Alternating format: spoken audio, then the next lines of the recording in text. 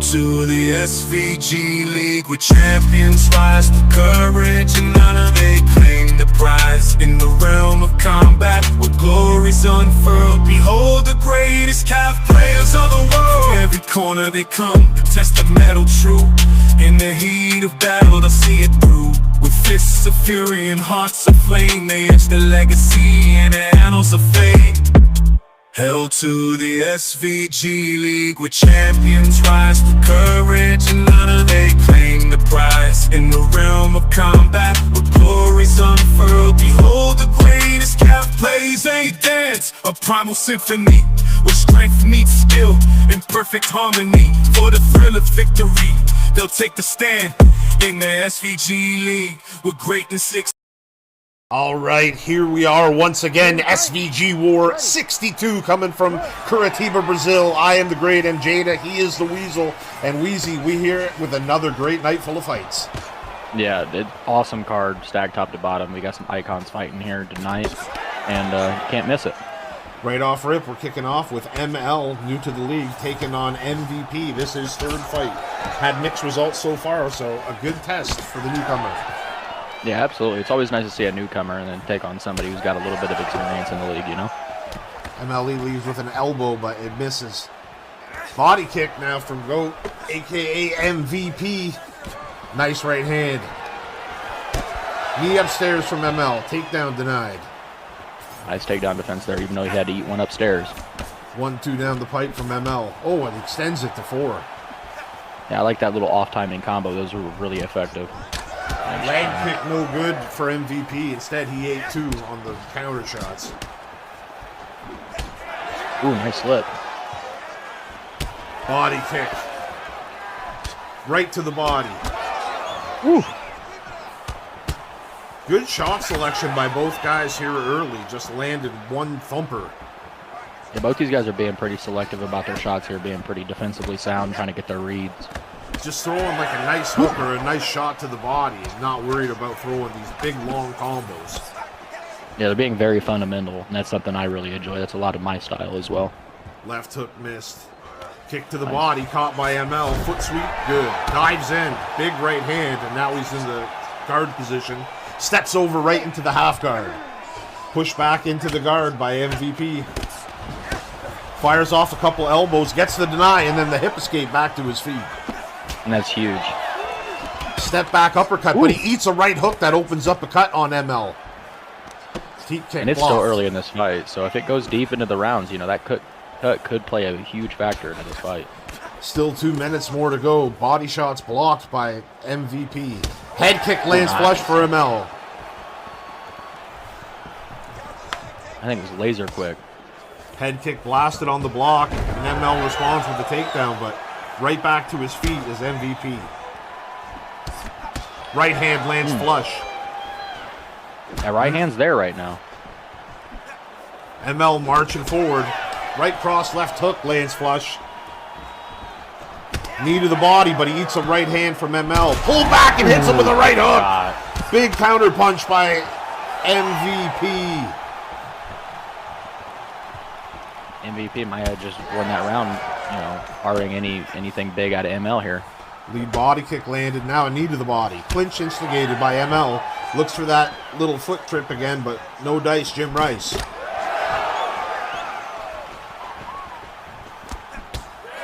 Oh, big uppercut. The left hand hit the block, but the right hand landed clean and hurt ML. Head kick fell on the block on the follow-up. Teep kick out of range. Head kick by ML, and it just lands with the tippity toe. What are we doing here, says MVP, and that's the end of the first round. Wheezy, a very, very entertaining first round. These guys have got it back and forth, both landing good shots.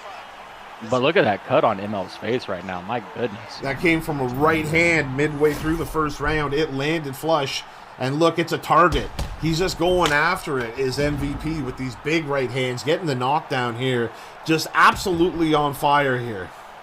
Yeah, he's doing really excellent counter boxing here, and that's something I would look more for here in the second round. Is ML hasn't really been backing up much. He's been standing on those toes and throwing a lot, so maybe an adjustment out of ML, and if he doesn't adjust, MVP just got to keep doing what he's doing.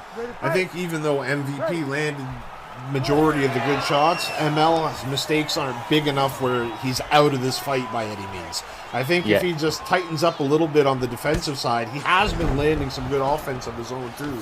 So let's see who makes the adjustment here. Yeah, absolutely. Both these guys are, still very competitive, even with the bigger moments going for MVP here.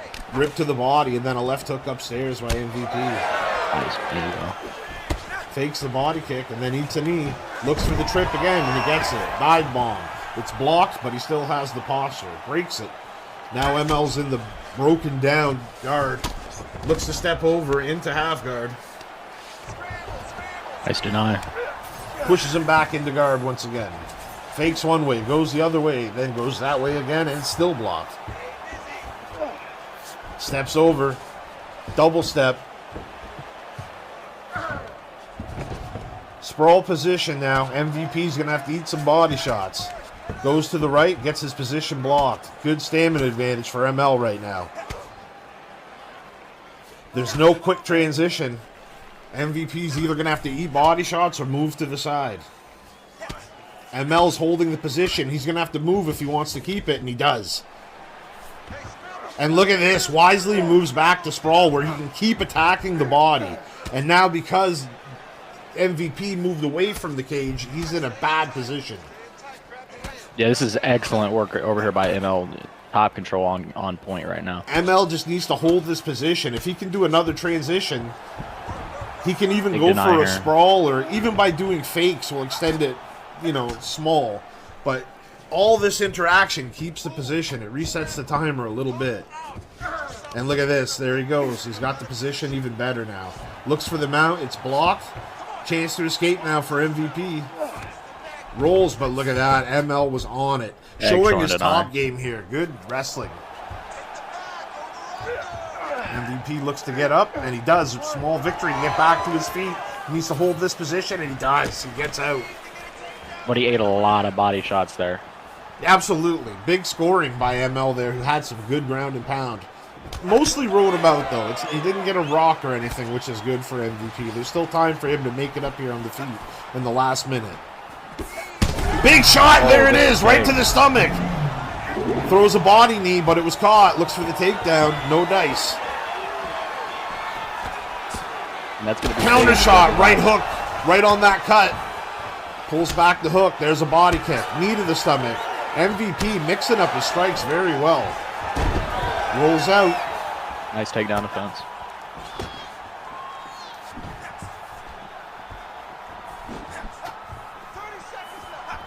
Deep kick upstairs. Nothing lands. Big right hand lands for ML. Causes a little cut.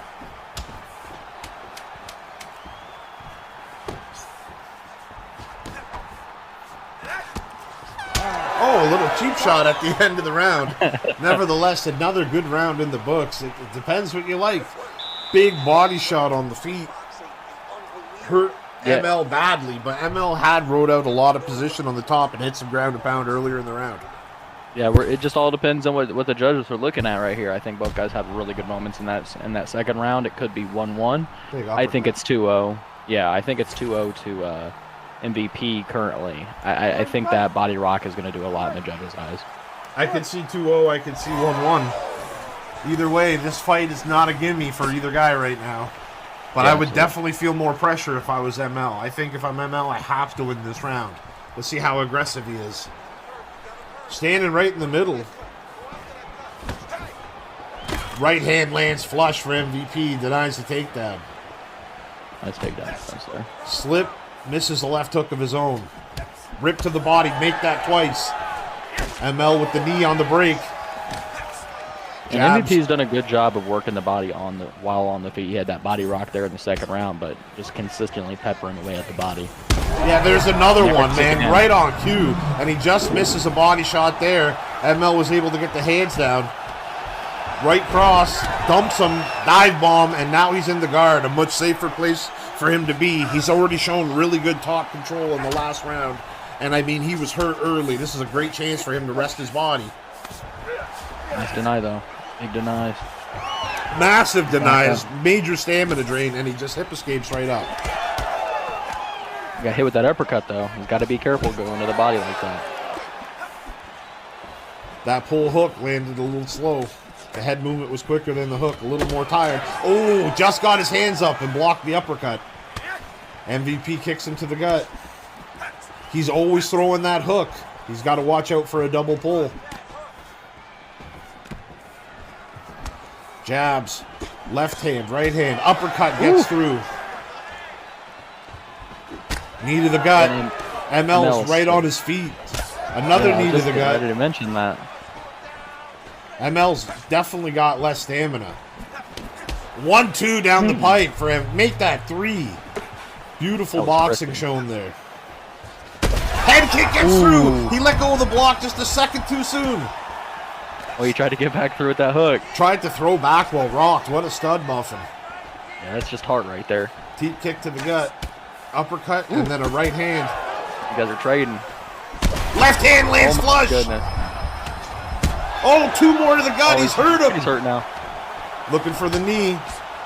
Good Both these guys have hurt survivability each by other bad in the 3rd round. One more uppercut, and just like that, MVP folds ML. His tummy hurt. Yeah, I'd say My so. goodness. That was an absolute brutal attack on the stomach all night from MVP, but that last shot, big uppercut from close range. ML could take no more as he crumbled to the floor. Yeah, that was one hell of a fight by both guys. That was a very entertaining 3-round fight. These guys, you know, all action, you know, that's something you love to see a card start off with. And both these guys came out here to try to win this fight. And MVP just found the body shots when he needed them the most. And that was the story of the fight there. Absolutely. MVP doing a great job, stepping up big time, showing big improvement from his first 2 fights. And ML making a really good first debuting impression. Despite coming up short, you know, he still fought like hell and he hurt the MVP multiple times. He put on a good fight, so definitely want to see more of both of these guys on the upcoming cards. Yeah, absolutely. Both these guys, you know, seemed like they were very talented fighters, knew what they were doing inside the cage, and I can't wait to see more of them. All right, well, that's a good way to kick it off, but we got more fights to get to, so let's get to it. Yeah, let's go. All right, Wheezy, second fight of the night. We got 2 newcomers to the league.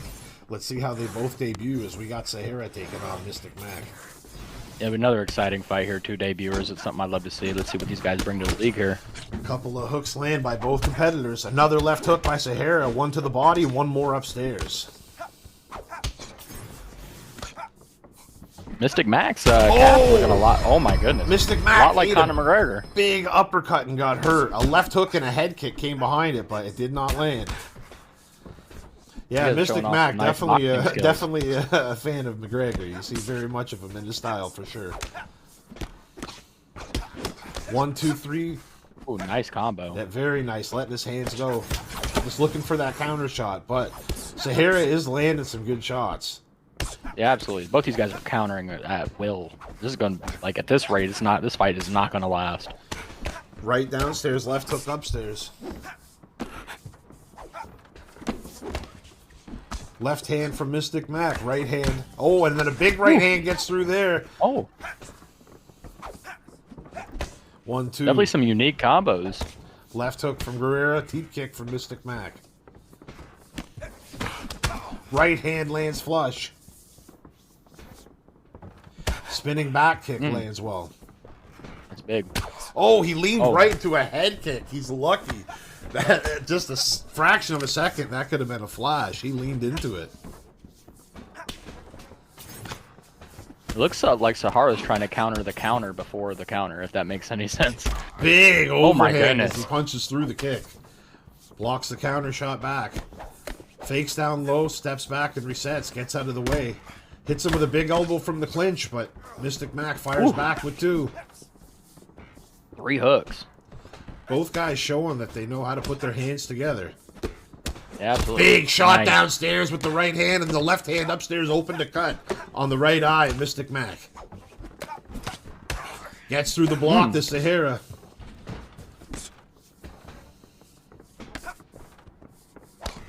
Big right hand.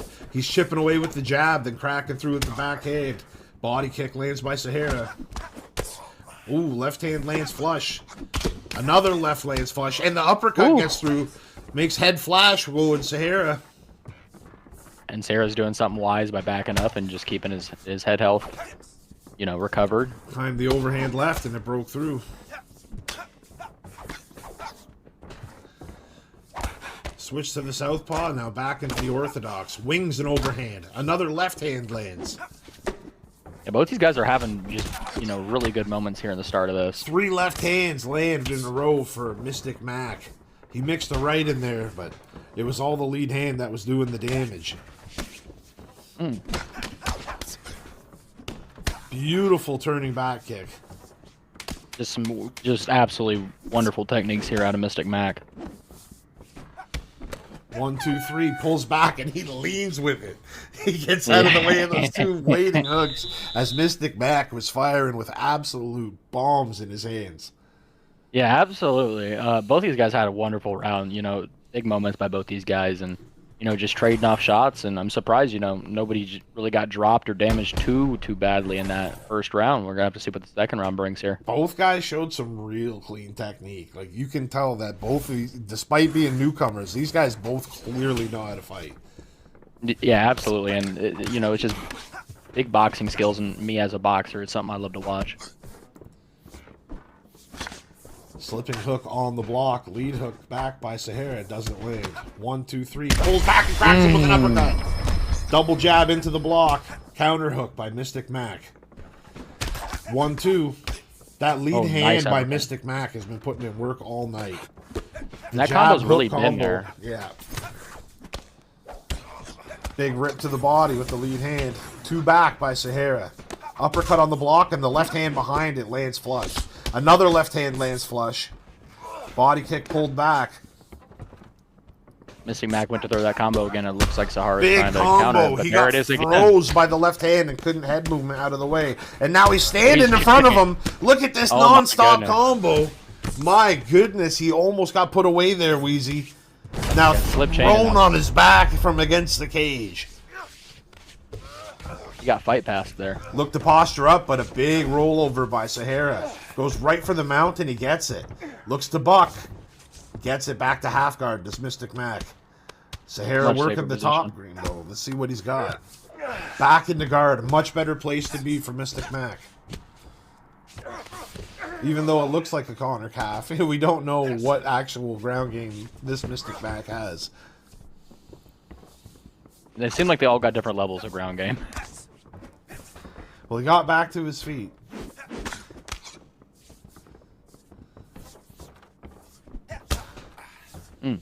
Nice little knee there. Rear in the center of the cage. Mystic Mac walking outside that black line. And look at this. Oh my goodness. Walked onto a left uppercut. They both trade head kicks. And Mystic Mac seems to have found something in this fight. He's made a good adjustment.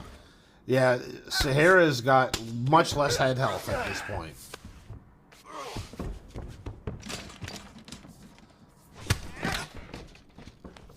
Looks for the trip, and he gets it. Beautiful throw by Sahara as he takes him down right beside the prime bottle. And this is the adjustment that Sahara's making. He's turned into a wrestler now, so he's trying to work the ground game to get the advantage back in his favor. Well, he showed, you know, a good sweep from his back, but then he got put into the guard and stood up on last time. Let's see what he does this time on top with a minute to work. Big denial. Postures right up. Goes into the standing position. He did land one good shot. Mystic Mac, though, gets back to his feet. Minimal damage taken. And that's been kind of the trend from the ground there. He's done a good job of minimizing damage. Catches the kick, wings the hook. Oh, a head kick lands. Big shot. Oh, just missed another head kick. And Mystic Mac just missed the counter shots. Both of these guys. Oh, he leans back and gets overhand. My goodness gracious. What a fight. What a finish. Oh, yeah, what a finish to that round. That was an oh moment. I love the way when Mystic Max like sees the guy hurt, he fucking goes for the kill. Like, he just leaves it with no stamina left. Yeah, both these guys, you know, just showing how talented they are. This is just a raw show of talent of two guys who are debuting, and you know, this is what you love to see out of two new guys. Yeah, I like it. It's too early to say, but you could be looking at two highly ranked guys down the line the way these guys are fighting. I think this is just two guys that are meeting each other early. That is like, big denial here. He's got a whole round to work from the top position to Sahara. It could very well be 1 round apiece, too. So it's good for Sahara to get this top position early. Yeah, if he can work from here and not get stood up like he is right now. But... Mystic Mac works his way to the feet. Spins, takes the back. Is he going to look for a drag down? Spins back around. Another twirly. Looks for the takedown, and he gets it back sitting on the Toyo Tires sign. He said, let's sit right here for a little. Rolls right over. He went for the instant transition. I would be expecting the posture up here. And look at this. He says, get on up. Stings the jab right in his face. Not a lot of room for Sahara here to work with. And he looks for a clinch. You can see he feels the pressure. Oh, the pull on the pull. Yeah. Sahara has done a good job of not falling for the pull. Not just that, like a lot of traps he sees coming. We've seen him pull back many shots. He doesn't go wild. Oh, he just gets caught. Underneath the punch, beautiful time takedown. That was just outstanding time takedown. Right underneath the shots, and now he's in the backside control. Rolls over into the guard. And I think the only issue with all these takedowns is Sahara's getting stood up basically instantly as soon as the feet on hips, up. Throws a hook and immediately stopped. Looks for the get up and he side dances at the side control. Just steps right over. Look, is he gonna get the roll? He gets the stuff here. Big. Looks for the posture. He can attack. He got 1 shot, 2 shots, 3 shots get through there. He's got very little stamina to defend the transition. And it's just a get up for Mystic Mac. He did land some shots. Oh, he hurt him with a big left hand. Mystic Mac is hurt. The knee was a little slow. Mystic Mac has very good reflexes, so now that the punches and knees and kicks and all that has slowed down. Oh, a big right hand landed flush. He leaned into it. Oh, he went into an uppercut now. Oh, and he tried to fire back when hurt and got dropped. Does Mystic Mac have enough? He lets him up. Pull, big uppercut. Oh my goodness. Hurts him again. Just trading rocks. Leaving it all out there. Oh, what an absolutely gorgeous slip uppercut. These guys have gone bananas in the last minute of the round. He slipped right into an uppercut that cracked him clean. He's hurt against the cage. He somehow gets back to his feet. Looks for the knee and he gets crumpled. 10 seconds left and he cannot hold on. Oh my goodness. What a Mystic Mac with an insane finish to an insane fight. What a debut. What a fight. Yeah. What else is there to say? These guys just left it all out there.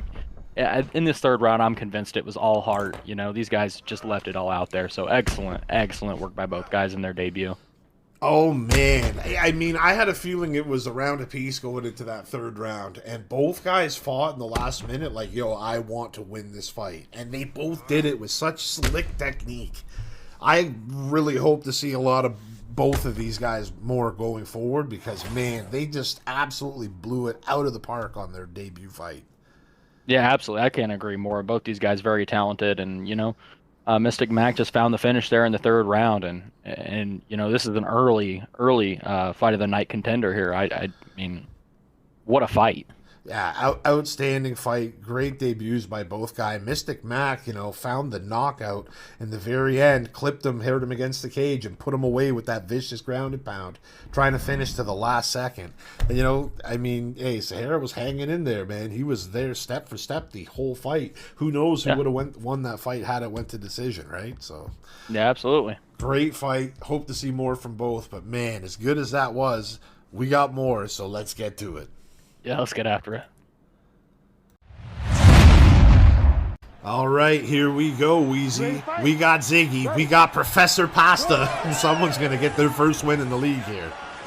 Yeah, this is going to be an exciting fight. I never know what you're going to expect out of two debuting guys. As you've seen from the last fight, and, you know, one of the best fights I've seen in recent history. Let's see if Pasta can live up to the name here. Well, he catches the kick, but then eats 2 from Ziggy. We know from Ziggy's 2 appearances before in the cage, he loves to blast head kicks. So I will be very surprised if I don't see that very soon. Yeah, I would definitely be expecting a ton of those head kicks coming in. Winging some hooks right now, but Professor Hassler is walking him down. There's a body kick, and he eats a 1-2. It's a big start for Professor Pasta. Just punching his way through the block. He's just stalking Ziggy, throwing punches right into the block. And Ziggy seems to be a little bit uncomfortable.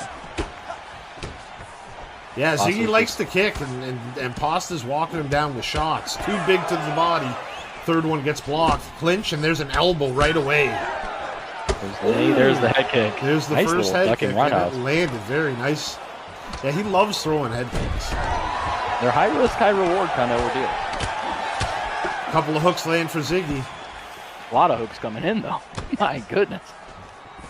Passed There's out another range. one. Throws a head kick of his own. Doesn't land. Left hook to the body does. Right on Ziggy's feet. 1-2 down the pipe on the block. Left hand back. Big left hand lands by Pasta. Yeah, Pasta looks extremely comfortable right now. He pulls and jabs him. Blast the block break combo. He's just punching right through that block. Pull and kaboom. And Pasta just looks very, very composed right now. He's just going right through that block. That's the same combo. And he's just not giving Ziggy any room to breathe. He's not giving that block any break. No, he is just putting pressure on him and punching through it. Block leg 101. Goodness. Overhand. How you do it? Yeah, he's just zigging jabs and mixing up other power shots into the block. When you find guys that are uncomfortable, you know, with them standing on your toes is the best way to go about it.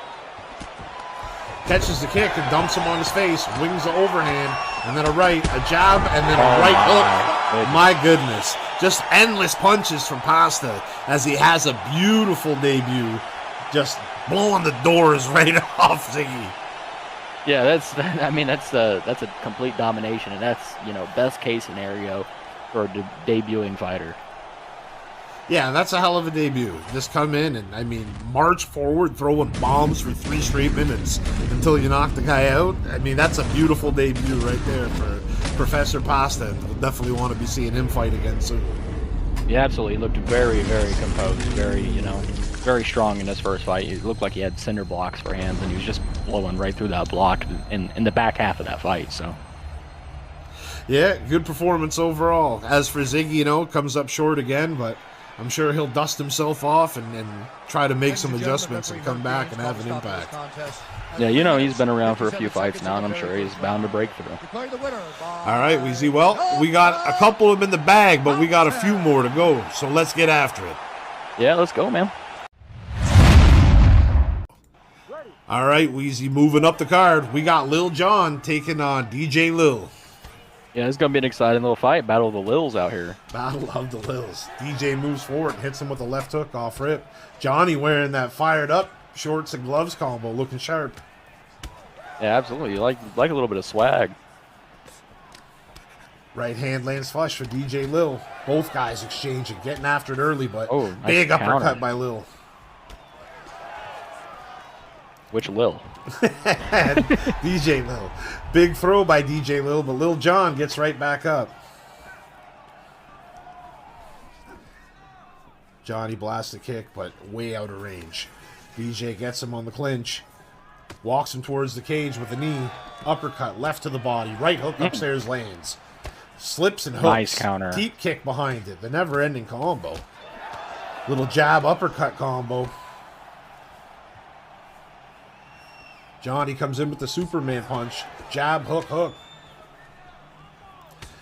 Little side kick by John makes a little room. Jab, left hand cross, all of it on the block. Same with the overhand. Missed the hook. DJ shoots the takedown, cancels it. Guard pull, and he's just going to stay in guard. Just wanted to get the fight to the ground. Posture up by Johnny, and he stands on up. Lead overhand lands flush.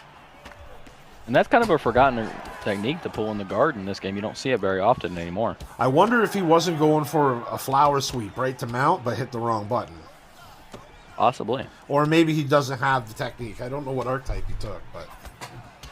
Rip to the body by Lil. Big uppercut and a left hook lands on the get out. Johnny doing some body work, though. Yeah, both Johnny, these guys are looking for these counters. right to the body. 2 more from DJ. He just doesn't have the stamina on his punches. If they were full stamina when he was landing these, they would definitely hurt more. But he's landing them when his temporary's at half. Oh my goodness. That one clipped him. That one dropped him. He's got him in the bent clinch. 2 knees. Lead uppercut. Johnny's hurt bad. This is a nice start for DJ here. Definitely. And now he's starting to really invest in that body work. Deep kick to the body. He's got a little bit of a stamina advantage, and he's going to work to build on that a little bit. Block counter uppercut landed. And he's had those block counters on point all fight. It's kind of been the story of this first round. Throws a couple left hooks. The second one gets through. He's on. Steps over into the half guard. He's still got a huge stamina advantage here. He could just pop up and take the mount for sure. Respecting John's game. He wants to see him move first. Blocks, throws a couple of stingers, steps over right into mount. And this is big for DJ. He guessed wrong. He got the half guard recovered by Lil Jon. Looking to take the back door, but I think this is more just Johnny creating movement so he doesn't have to risk eating too many shots. Nevertheless, postures up and lands 4 big ones, including a big elbow at the end. Exclamation point on the round for DJ Lil. Yeah, absolutely. That was an excellent round by DJ there. He did an excellent job controlling the pace of the fight, and then he got it to the ground, did a bit of damage there at the end. So DJ Lil is just firing a lot of shots out there, and he's landing at a high percentage. Lil Jon is a very scrappy guy, so he's just blitzing in and out, causing these little exchanges, but DJ's sitting on it. Every time he comes in, DJ just explodes with 3 to Johnny's coming in, so Johnny's going to have to make an adjustment here on how he's entering and out of the pocket if he's going to want to get through another round like that. yeah, absolutely. He's got a lot of adversities he's got to face here in the second. Let's see if he can get after it. Right back to the aggression, though. That's why Lil Jon's so fun to watch. Like, it doesn't matter. He got hurt more in that round. He has less stamina and head health, and he's still coming forward. Takedown by DJ Lil. Looks for the get-up. Nice. Denied. Another denial. He's trading some denials right now. Big denial by DJ. Pops up. He's got the side control if he holds R1. There it is. Hits him with the smoochy pass. Right in the side control. Blocks it. Deadly position. Looking for the Kimura. This is a fast sub. Like, it has fast escapes. And look at that. He got it, though. Yeah, John didn't even go for the move, it looked like. Back to his feet. DJ's still on his back, though. He's got him against the cage with no stamina. Good time to blitz if you're DJ. Knee to the gut. Catches him off guard with a right cross. Maybe throwing a flying knee or something. Nice there it is. Teep kick to the stomach. Big left and a right to the body. Big swing right to the body. He drained all the stamina out of Johnny with that one. Left and a right. Right cross lands flush. Blocks. Rips to the gut. And DJ's doing an excellent job of working this body. He's just picking Johnny apart. Johnny's so aggressive. Oh, but my he's goodness. walking onto all these shots. 2 to the body. And he's got a lot of stamina to throw bombs here. You can't eat that many left hands. Oh, my goodness. DJ Lil starts pouring it on and knocks Lil Jon unconscious midway through the second round. Yeah, excellent fight by DJ there. He did an excellent job of controlling the pace of the fight, really picking Lil Jon, who's known more as, you know, that scrappy kind of guy. He likes to get down and dirty. But, you know, DJ didn't feed into it, and he found a finish there, so excellent work. Gorgeous, gorgeous, gorgeous finish. Like, great performance, like you said, by DJ Lil. I like the way Lil Jon fights. It's impossible to have a boring fight with him because he's going to come forward and throw bombs. He's got, like, a reckless brawler sense, but he's got some good, you know, technique at the same time to make it interesting. But when you fight a guy like DJ Lil, who's going to set up traps and throw flurries when you come in, it can be a short night for you like it was on this one. Great, very impressive performance by DJ Lil. Yeah, and I'm excited to see what DJ is able to do next. I'm sure he's going to be getting a little bit of a step up next fight. Let's see how he handles it. All right, Weezy. Well, we got a few more to get to, so let's get to it. Yeah, let's go. All right, Wheezy, moving up the card. We got Jeffrey, and we got the D-Man. Yeah, this is an exciting fight. Both these guys got 2 wins on their resume. They're looking for, their 3rd win here. So, sign of respect by both fighters, and then they get right to it. Jab to the body by Jeff, and now a stinger upstairs. Jeff a lot shorter and more compact, looking a little more muscular, but D-Man definitely has the reach. Nice body kick there. Big left hand landed flush for Jeff. Another hook lands. And that's what Jeffrey needs to do, being the shorter fighter here. He needs to work on the inside. Beautiful 2-piece by Jeff there. He's marching D-Man down. Left hook lands again. Jeff is using a lot of stamina, though. One counter shot can switch it up. Oof. Lead hook, left hand down the pipe. Both men exchange with right hands. Looks like D-Man's looking for the counter, the check hook. My bad. He's a lot bigger than Jeffrey, but yet he's choosing to fight right in close in the pocket. Yeah, and Jeffrey's putting a lot of pressure as well. That may be a part of it as well. Looks to mix it up with the takedown, but no dice. Nice check hook there. Right hand lands. Knee to the gut, though, by D-Man. All 3 shots blocked. Very technically sound on the defense. Both men land lefts. Big left uppercut by Jeffrey. Folds D-Man. He dives in. 2 lefts. No dice. Lets him up. Misses a head kick. Deep kick to the stomach by D-Man. Shoots a takedown. Looking to turn the corner. Jeffrey denies. That takes a big chunk of stamina. Couple knees to the gut.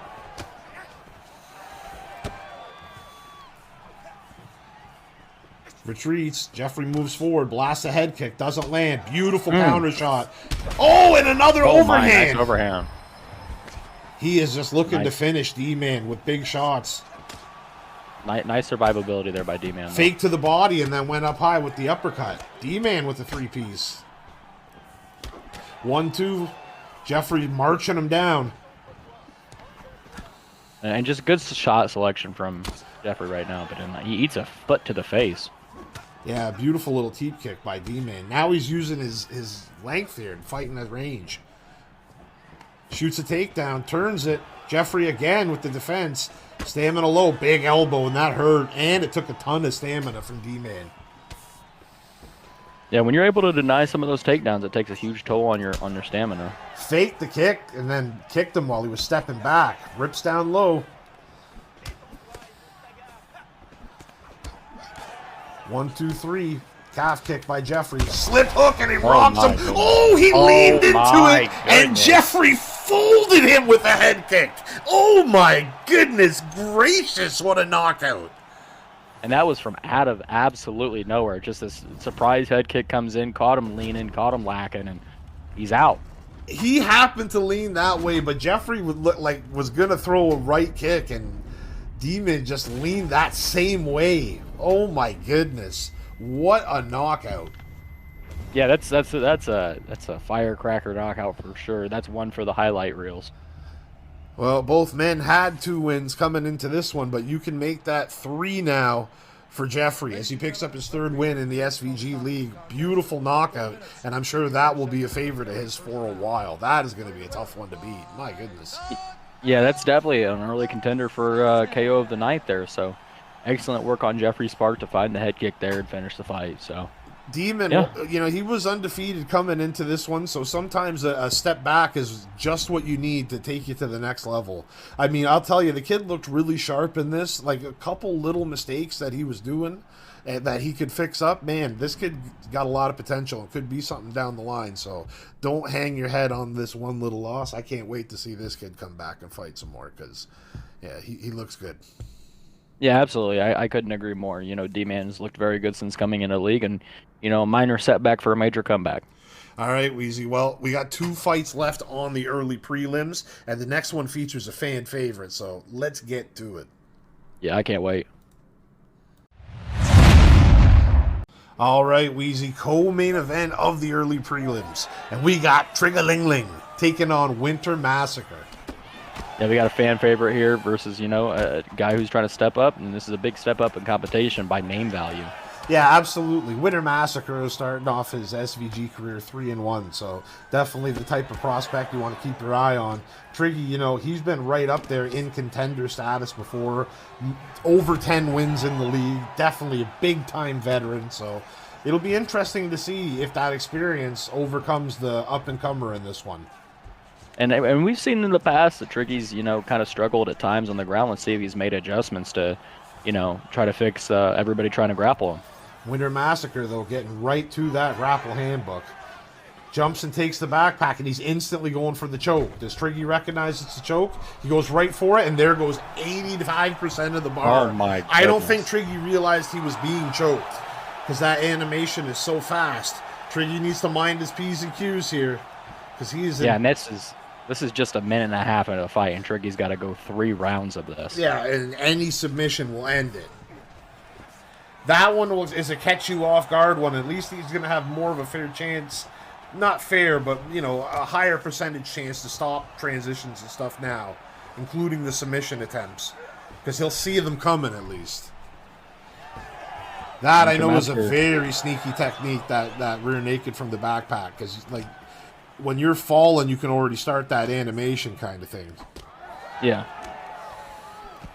And Triggy, doing what he's known for best, just walking you down with pressure. Yeah, and that's why it's so exciting coming into this. Winners look so good in this early going, but Triggy just has the kind of hands that he can make you pay. And when he does this, when he mixes in that takedown defense, scary for anybody. Yeah, if Triggy can, keep it on the feet, and, there's not a lot of people that could stand with him. Yeah, he's a sprawl and brawl master for sure. And a beautiful sprawl right there to show what I'm talking about. Now comes the brawl. Wings 2. Big right hand by Triggerlingling. Right hand lands flush as well. Yeah, I wouldn't be surprised if Winter Massacre starts shooting for those legs here very soon. Left hand and then an uppercut to the body. Well, he just makes it uncomfortable. Like, he's so confident in his chin and his hand speed that he just comes in winging combo after combo. Another takedown, and this time it gets through. See, it's little things like that. If Triggy can continue to stop those takedowns, the fight can get out of hand for Winter fast. Just get such stamina drains by missing takedowns. But a big clutch takedown landed by Winter Massacre on this one. There were some big shots. Steps over, no, denied by Triggy. Half guard continued, blocked by Winter, postures up. There's no automatic. Wings a couple shots, and Triggy waits for the cross and slips it. Yeah, and if Triggy can really, really iron out, his takedown defense on a more consistent base, and when he does get taken down, working to get back up to his feet, this guy could really make a run. 100%. That's all he needs. When he plays like that, and he has his takedown defense on point, there's a couple guys in this league that I think of that when their takedown defense is on point and you're forced to stand with them, it's a fucking nightmare. Like, I'm fighting one of them later on the card tonight. It's just, there's some guys, their stand-up is so scary, and Triggy has that type of pressure boxing. It's just, can he keep it standing long enough? Because guys are going to do this to him if you can't stop the takedown. And it's no fault to Winter Massacre at all. This is not a story of any of that. He is doing an excellent job of working the game plan to a T. Oh, yeah, you can't, not at all, because you knock Winter Massacre. This is smart. This is using more skills. He has a skill that over Triggy on this, his ability to get the fight to the ground. You got to use it. Yeah, absolutely. When you find an advantage, you'd be dumb not to use it. A nice fake there by Triggy to try to avoid some of that body damage. I mean, Triggy made it through that whole last round without the submission attempt, but here's one early. Here's one early. This is going to be a test because any sub will finish it. Getting very low. Looks like Triggy's just going to race it. I think he has a chance to beat it. Now he's getting out of there. He's rolling right through. And well done. Well Unhooks done. and in knee on belly. Does he opt to stand? Yes, sir. That was well done. Nice submission defense there. See, and if he can just, there's a little error there, but Triggy nevertheless lands a beautiful counter hook. Shows how well he saw it. Yeah, he should have looked over the camera and said, "Watch this." Another takedown. See, that's what he needs. If he can defend takedowns like this and then just land a couple back, this is exactly what he needs. 1-2 from Winner. Left hand, right hand, ripped to the body by Trig. Oh, he gets caught with the overhand. Nice overhand. Well, the hands are definitely going to be dipping low a lot when he thinks he's going to flinch at takedown attempts. Yeah, Triggy's, you could already see he's coming in a bit more cautious because, the fight just about ended there. Left hand, right hand, and a big shot that was. You saw the head health damage it does whenever Triggy lands. He hits harder. He's just got absolute cinder blocks. Nice takedown defense. Throws the elbow on the break, but it's blocked. Marks forward. Both men land hooks. Winner is just a mix of moving backwards and then when it gets too much pressure, shooting forward. But there's a beautiful uppercut. That's what he needs. A couple good shots to mix everything together. Yeah, and you could just tell by the looks of it, Triggy does not respect Winter Massacre's, power. Well, that's when he's getting the takedowns, though. After Winner has a little success in the hands, then you got to respect it, and that's long enough for him to get underneath and get a good chance to take it to the floor. And Triggy's got to start cutting off the cage. Like, his Winter Massacre's able to just escape out the back door as you see a big rock there. Yeah, he caught him with a massive counter shot. He's following him instead of cutting it off. He's just got to cut it off. It feels weird when you're trying to do it within the cage, within the middle of a fight. You just find yourself sometimes following your opponent around. But caught him with a big left there, Wheezy. Yeah, if he can cut him off here, it limit the movement by Winter Massacre. It's only going to make him feel more uncomfortable. Both men firing shots into the block. Triggy just taking the initiative with all the pressure, though. Really a better second half of the round for Triggy. Yeah, he got that rock, and I think that might do it in the judge's eyes. It could. I mean, he hit him with the big shot. He caused the rock, sure, but he was down early and getting hit a little bit. One thing that's very impressive is he lost 85% of his sub bar a minute into the fight. And now here we are about to head into the third. And he's already survived a close submission attempt. Triggy just... Man, that quick little one got him off guard, but other than that, been very good with his defense on the ground. Yeah, I have to agree. He's been very survivable at the ground, and he's done a decent job of getting back up to his feet throughout the fight. Headed into the third round, it could be a round apiece. Winner on his bike already. Triggy walking him down. Counter shot, and he hurt him. 1, 2, 3, blistering in through the block. And it doesn't matter who you are. Triggy's going to walk you down. Beautiful shots. Well, that's why it's a good test for Winner, too. It's good for both guys. Does Triggy have what it takes to keep up with this new wave up-and-comers? Or is this guy for real? Is he ready to get through a guy who, like, at one time was close to fighting through the title? Yeah, absolutely. Like you mentioned at the beginning of the fight, nice takedown defense. Beautiful. Triggy's been up and down this card all over the place. He used to be a top 5 guy, top 10 guy.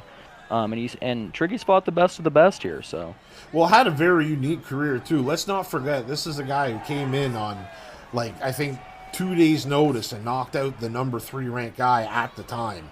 Way back when. He was a non-ranked fighter, and he had, the Powerball chance of a lifetime, and he cashed it in. So, put him into instant contenderhood, but he's having a hard time right now by Winter Massacre as he lands a massive double leg takedown and dumps him on his back.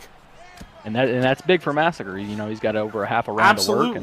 Absolutely. Using that skill to make the difference of the round. He's in a beautiful position here to ride out the second half. Triggy's really got to use some energy to get up here. Maybe use some R1s. Beautiful denial by Winner. Looks to step over, and Triggy with the sweep. Excellent work. Triggy stands up. Excellent. That's exactly what he needs. Winner, though, going to get right back to moving around. And what we've noticed out of Triggy in the past is that he's extremely passive off his back, which is not the case in this fight. He's been very aggressive off his back. He's been transitioning when he should. He's been finding the reversals like he should and doing an excellent job of being, defensively sound for the most part throughout this, at least back half since that submission attempt there in the first round. Left hand lands flush for Winter. He's just... staying just out of range the best he can. Triggy's got to lunge in to touch him. And Winner's mixing up the shots. Also going to be looking for that takedown. There it is. On cue. Turns it, gets it. Single leg. A minute to ride it out. Is it going to be enough in the judge's eyes, though? Triggy's had a decent bit of this round. Yeah, there is no guarantee. No one has hurt each other too bad. But Triggy steps right back up. This is excellent. He's got a minute to work here. This last minute could decide this fight. Triggy walking him down. Lands a big left to the body, but then eats a left hook upstairs. Triggy definitely has the pressure.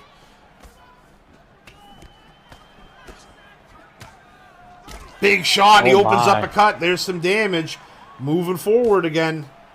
And that could be big in the judge's eyes. Another takedown, though. With 10 seconds left, there's not a lot of time to work. Massive denial. Looks to take the back, and he's going to end up on top. Gives him a couple hooks for the road. Good finishing position for Triggy. Good fight overall, back and forth. These guys went the distance, and I mean, both respected each other's striking enough that when guys did get hurt, you know, they didn't get reckless and get caught in a bad position. They you know, took time to recover, but aggressive enough that they were getting after it. So all over and all, a good tempoed fight. Yeah, both these guys look like they won this fight. They both excited like they won it. Here's the reading. This is be very close. Judge 1 scores this contest 29-28 El Toro. Judge 2 scores it 9-28 El Presidente. Oh, we got a split decision. 9-28. Declared the winner by split decision. Who's it gonna be? El Presidente. Oh, and they give it to Winter Massacre in a split decision. What a fight. Yeah, it doesn't get any closer than that, and I think that was an excellent fight by both guys. And you know, in the judge's eyes, Winter Massacre did just enough to win the fight. So, excellent job on his part. Yeah, big bounce back. You know, he tasted defeat for the first time in his last fight, and a big way to, you know, see how much fight is in a fighter is how they come back from a loss. This guy came back and put on a show. He went after it and tried to win all fight and got himself back in that winning track. That's 4-1 now in the SVG League, and definitely one of the hottest prospects to keep your eye on. Getting a big win over a tough guy in Triggy, who, you know, as we said, he's a veteran of the league, and he's one of those guys that's just this close to putting it all together, and when he does, he's right at the top. So great fight by two great fighters. Yeah, absolutely. I couldn't agree more. And as for the Triggy standpoint, he had a much better showing than he has, especially against a guy who likes to take it to the ground. You know, Triggy found his way back up to his feet quite a few times, and you know, in my eyes, you know, it could have gone either way on that fight, and you could see it at the end of the fight. Triggy was excited and thought he won the fight. So you know, it was very razor close, and I can't wait to see him bounce back and see what he's got. Yeah, great fight by both guys, and we got one more. We got the main event of the prelims, so let's get to it. Yeah, let's go. All right, Wheezy, main event of the prelims, and this one should be an absolute doozy. Over 60 fights in the league between these two fighters, so definitely a couple of veterans. Yeah, both these guys are fan favorite fighters. These guys just get after it. These guys throw bombs, and never a boring fight out of these two. Night Legacy in the green, Little Lion in the black, and Little Lion gets him in the clinch, throws a hook, and then a knee to the gut. Night Legacy always walking forward, though, so even while he's in the clinch, he started to move forward. Nice check hook there by Little Lion. Yeah, big hook landed there from the right hand. Looks for the throw, and he gets it. Little Lion's got Legacy down early.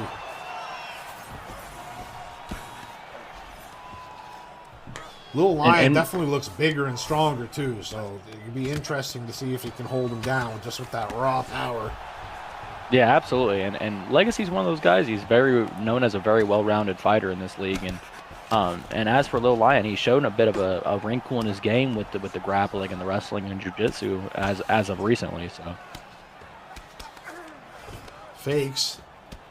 Couple of body shots. Gets pushed back into guard. Postures up.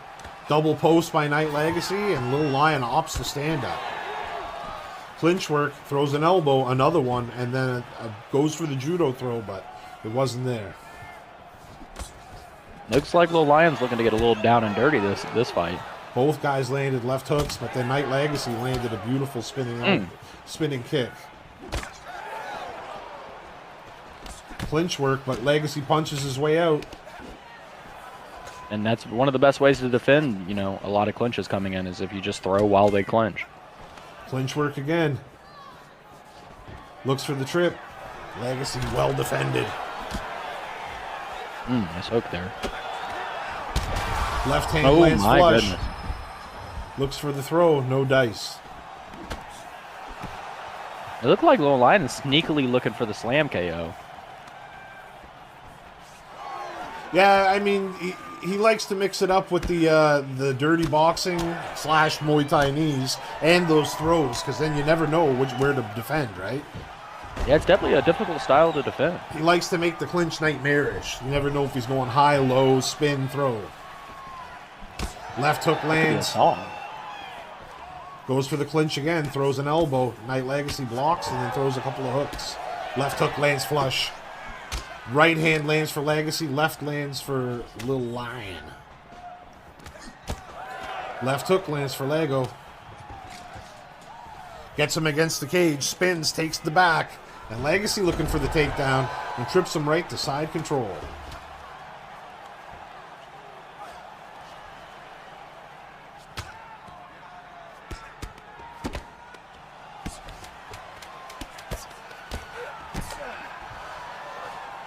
And that's going to end the first round. Just a couple pity-pat shots, and Legacy finishes on top. Yeah, that's an excellent round by both guys. They're working their game plan early on here, and there was nothing really too major to talk about except for Little Lion's rock there in the middle of the first round. Big left hook on the way in there, and then a right hand to break up the clinch attempt you see in the highlight. Little Lion, when he landed, it definitely hurt, but Legacy was landing a little more on the feet. Problem is with Little Lion, mixing up all those takedowns, it makes it a three-dimensional game. Yeah, absolutely, and you just can't defend one thing. Left hook gets through the block and opens up the cut on Lego. Gets underneath the hook. Big counter left hand. Takedown again by Little Lion. Blocks the transition. Looks for the knee on belly, and Legacy is not having it. The Little Lion's looking for that ground and pound. Absolutely.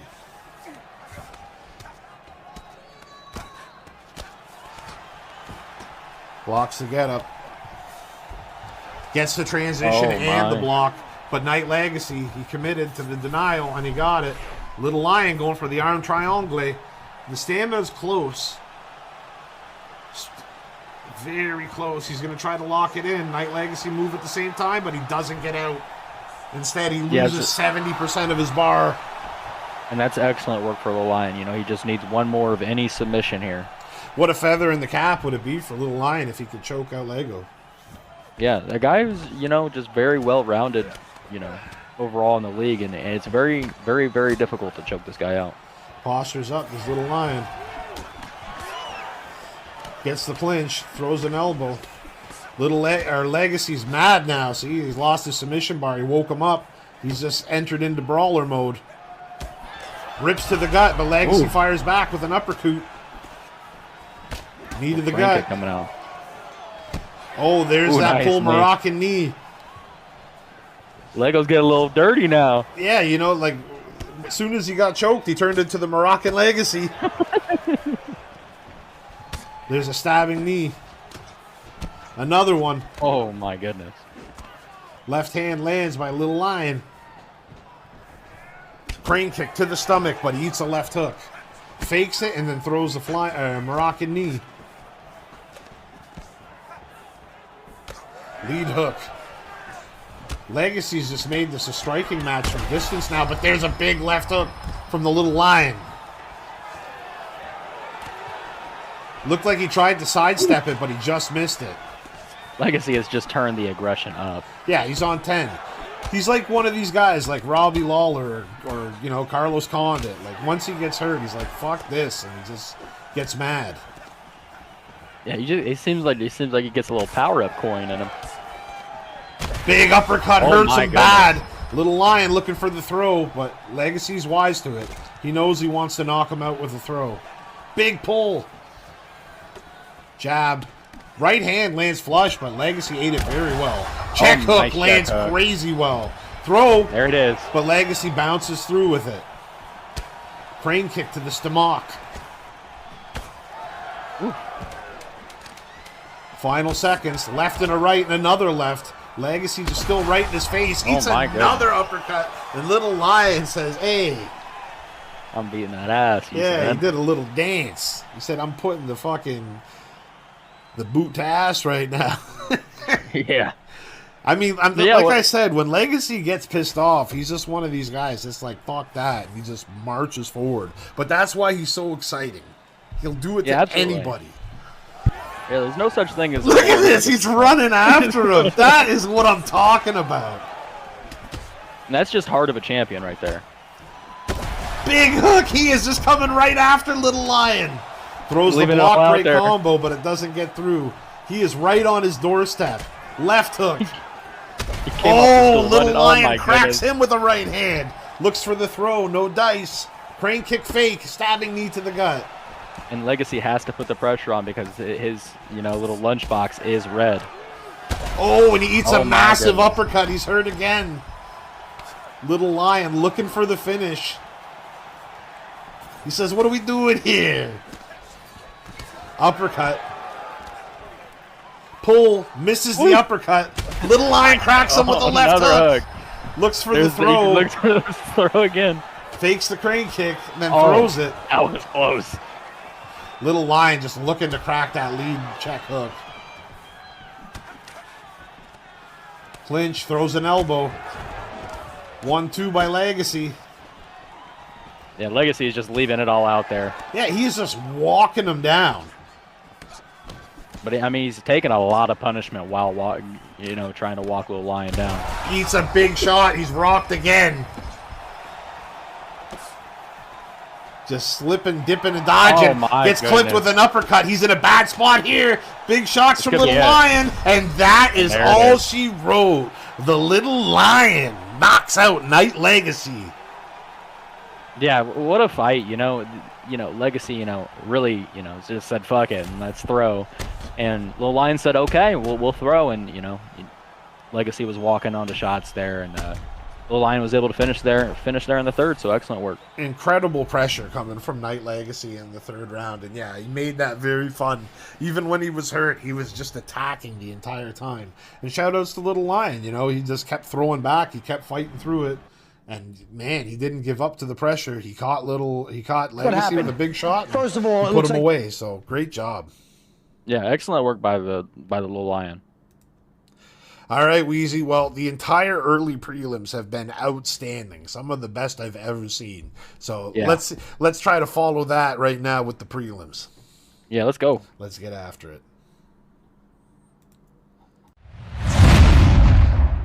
Held to the SVG League with champions rise to courage and honor. They claim the prize in the realm of combat where glory's unfurled. Behold the greatest calf players of the world. Every corner they come to test the metal true. In the heat of battle they'll see it through. With fists of fury and hearts of flame, they etch the legacy in the annals of fame. Held to the SVG League with champions rise to courage and honor. They claim the prize in the realm of combat where glory's unfurled. Behold the greatest calf plays a dance, a primal symphony where strength meets skill in perfect harmony. For the thrill of victory, they'll take the stand in the SVG League with greatness. Up next, we got the Little Dutch Twinkie versus Mamba.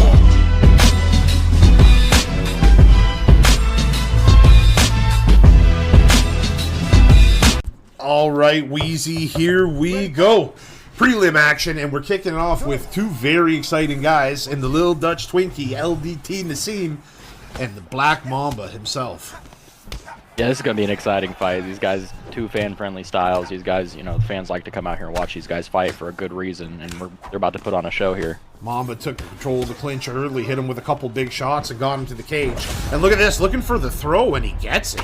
Nassim known to have very good Little Dutch takedown defense, but the first through took him down. Yeah, that's a big start for Mamba if he's looking to, oppose his will starting out here. Getting those takedowns earlier is big. LDT gets right back to his feet, stepping away, throws a high kick, lands on the block. Those high kicks are devastating. If he hits you with a clean, he can put you out. And Nassim loves to throw like those fancy techniques, like the crane kick, like the high kick, like the front kick, stuff like that. Beautiful body kick by Mamba. Nassim stepped into it. Lead hook lands flush for Mamba as well. They both land a right hook there.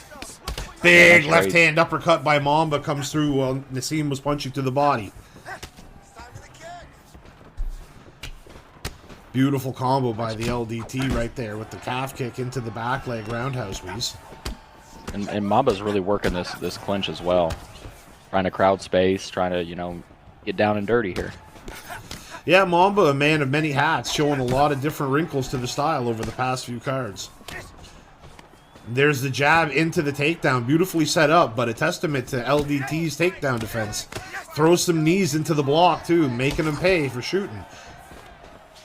And that's just pure takedown defense as well. Nassim likes to run a sniper, which doesn't have the greatest takedown defense, so... Gets back to his feet like a cat right there. Beautiful getup. Body kick by Mamba, lands flush, and it's always good to land to the body early. There's a big knee. Beautiful hook as well. Mamba's landed some really good shots here throughout the first 3 minutes of the first round. He's doing some excellent work throughout the clinch here. Nassim needs to make an adjustment. Yeah, it's interesting because Nassim's always like hyper aggressive in the first round. He's like the Wanderlei Silva of the SVG League, but in this one he seems to be taking a little more of a technical, slowed down striking approach, and instead it's allowing Mamba to set the pace. Yeah, if Mamba can control the pace, opposes will, you know, and just put out damage throughout the clinch, and you know these little exchanges that he's having throughout this fight, you know, it could, you know, end in a Mamba victory. Yeah, well, Mamba's in a great position. I mean, just by staying on top for the rest of this round, he'll go the last, you know, minute of the fight, not absorbing a significant strike, not taking any damage, really. And on top of it, he's got a stamina advantage. So now he's putting himself to go into the next round with a stamina advantage, with a big health advantage. Crane kick on the block. Misses a head kick. Does Mamba at the end of the round as well. And there it is, just as we were saying. It's a really good first round for Mamba. You see Nassim's left eye is swollen shut. He's been eating some big hooks and a couple elbows in the clinch and little pity pat on the ground. It's been a pretty good performance by Mamba so far. Yeah, that's an excellent first round start by Mamba. He's, you know, accrued a bit of a stamina advantage and a little bit of a head health advantage going here in the second. So if he just continues to work the way he is, he's going to be in good shape. Ooh, Nassim lands a beautiful backhand uppercut, but Mamba cracked him to the ribs with a left-hand hook. Mamba's got a chin to take that shot, not wobble a bit. Beautiful, beautiful kick to the body by LTT. Yeah, and it seems that body kick's kind of been there. It seems like Mamba's really protecting his head here, so those body shots may be there. Missed the head kick to Mamba. There's the lead crane kick by the LDT. He hits 2 to the ribs. Make that 3 on the body kick. Another body kick, but he eats across. And that's the thing with Nassim is... Oh my goodness. He went punching to the body with a left hook and ate an uppercut. And look at this. Mamba puts him away. What a counter punch and what a follow-up finish. Mamba gets it done in devastating fashion. Yeah, what can you say? What a finish there. You know, he jumped in there, killer's mentality after the nice counter strike and was able to finish the fight. And you can see him up on top of the cage celebrating, rightfully so. I mean, we've constantly been saying how every time we see Mamba, he looks like he's improved. Even in his losses, like, he looks like a different fighter than what we knew him as before. And talk about getting yourself, like, a staple win in the league. Because LDT is a guy, I mean, he's got over 25 fights. He's been, like, right to the top of the rankings before. Fought for the title before, you know. Like, he's done a lot in the league. So, to get past a guy like that, especially in the fashion that he did, man, the future's looking bright for Mamba. Yeah, and he just, like you said, he continues to improve every single time we see him out here on these cards. And today he showed a new wrinkle in his game. You know, the dirty boxing that he was in there. He was working the clinch, working the slams, working a little bit of the wrestling game, which I think that paid dividends for him. So excellent work by Mamba. Great job by Mamba to get it done in devastating fashion in the second round. But also, as always, big props to the LDT. He always comes to fight. There's no such thing as a boring little Dutch Twinkie fight. So, didn't go his way tonight, but I'm sure he'll get right back on track. Yeah, absolutely. All right, well, that was a good way to kick off the prelims, if I do say so myself. So, let's keep it pushing, Wheezy. Onward and upward. Up next, we got the Kettlefish versus Sauce.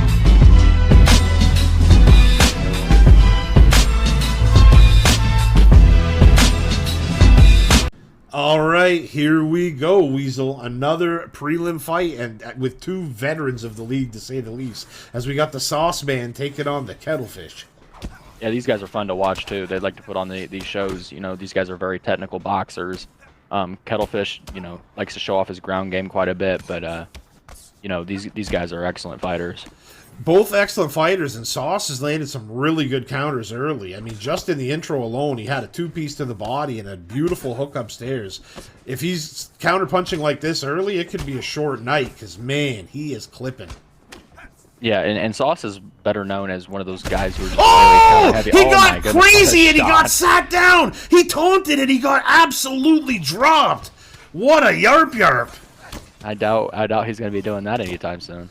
Oh my god, how fucking dumb can you be? I mean, he's tough, so he took it, but he taunt right That could in his have been face. the end of the game right there. I guess he thought he was gonna step back or something. I don't know, but it wouldn't look cool if he did it, I guess. But Kettle stood tall and threw a hook.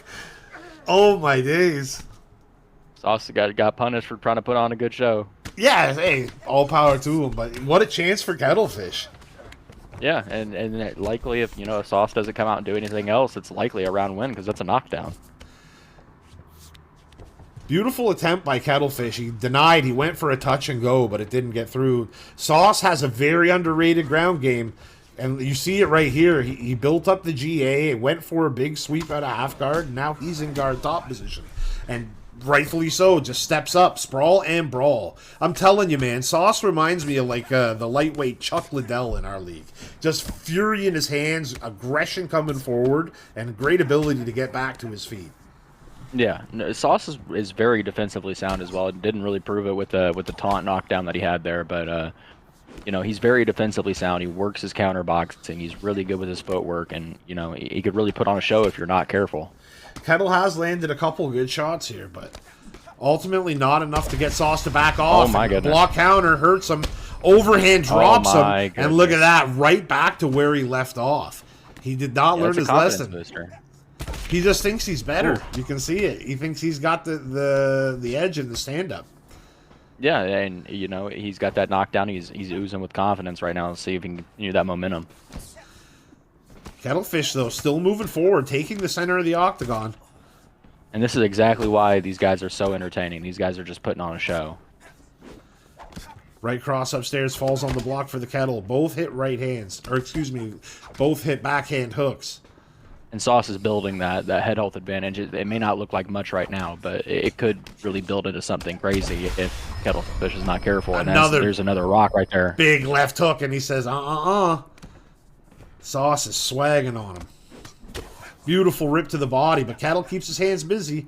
Beautiful counter. Man, he should have got rewarded with a better animation than that. I mean, my goodness. Bang! What a left hook! You saw that coming from a mile away. You heard my uh-oh right there. Oh, come on. Kettlefish got greedy. I mean, listen, it's tempting to throw a head kick at your opponent sometimes if there's like 1 second left, just because you can't get hit with anything if you miss. But he went a little early, and Sauce just had time to absolutely crack him with a hook. I mean... Yeah, and that's huge going forward for if you're scoring the first round right there. That Sauce had the 2 knockdowns insteed of just the 1 now. Yeah, well, and the only trouble he was in was because of just a boneheaded mistake. But I ain't even mad at him for it. Beautiful block counter jab right there. That's how good the block counter was. This jab from close range hurt him. Kettle rips to the body. Sauce is working behind that jab there. Another rip to the body by the Kettlefish. Beautiful combo. 1-2 just showed him the jab cross so the roundhouse to the body could land. Went downstairs, but Sauce is so on it. He's got good reflexes, and his counter-punching ability is just there off it. Beautiful punch by Kettlefish. Sauce had his block upper. He would have been hurt bad as he ducked into that uppercut. Yeah, and Kettlefish is staying in the fight. He's countering to the body. He's made that adjustment, so you can tell he's making his reads. It's just... Sauce is just having the bigger moments right now. Yes, Kettle's really switching to the uppercut to the body counter shot, but man, Sauce is sitting on lead hooks, countering him with the hook right away. Beautiful shot. Uh-oh, he gives him a free one. Kettle just jabs him. Sauce is being so disrespectful. Not respecting the power at all. Yeah, no, that would have been a head kick all day. Kettle throws a 1-2 down the pipe, gets out of the way, and there's that counter I was talking about. But Sauce is so on point. Beautiful slip by Kettlefish to get out of the way of the uppercut. He knew a straight punch was coming on the third. Yeah, and now Sauce has made the read on Kettlefish going to the body and is now starting to block counter to the body off the counters. Throws it out there, but it lands on the block. Shoots the takedown, and he gets it. Smart move by Kettlefish to mix it up. I mean, Sauce is getting the better. He's hanging, but Sauce is definitely getting the better on the feet. And this is another skill you have, so why not work a little bit of wrestling? Yeah, you got to try it, you know? Sauce, though, just waiting for Kettlefish to move, and look at that. Block and get off me. Use the R1, too. He said, I got a little extra energy I can spare. Beautiful teep kick landed by the Kettle. And Sauce has just been slowly wearing down that block of Kettlefish, working behind that jab quite often, and he's finding, you know, areas where he can rock Kettlefish, and he's using the beautiful counter boxing as well to kind of help his case. Oof. Kick to the body by the Kettlefish. It's dangerous to throw a roundhouse to the body at that close range. Beautiful slip hook nice entry. Slip hook.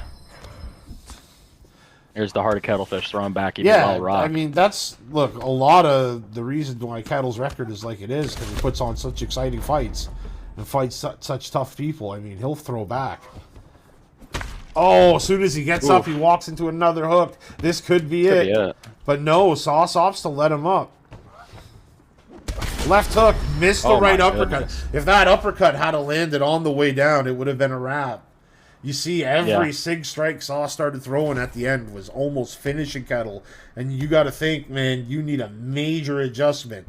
Because you're probably down 2 rounds, and you're not with a lot of head health.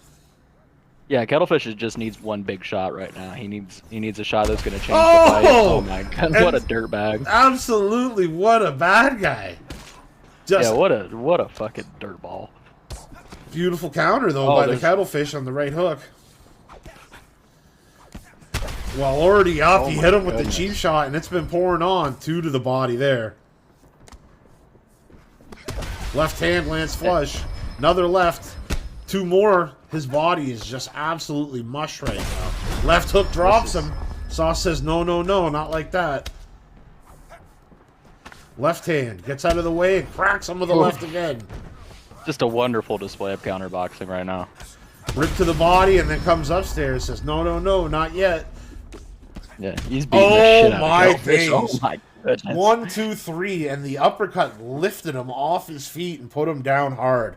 Sauce, what a bully that guy is. Yeah, he could have ended that fight way sooner, but you know he decided to play with his foot a little bit.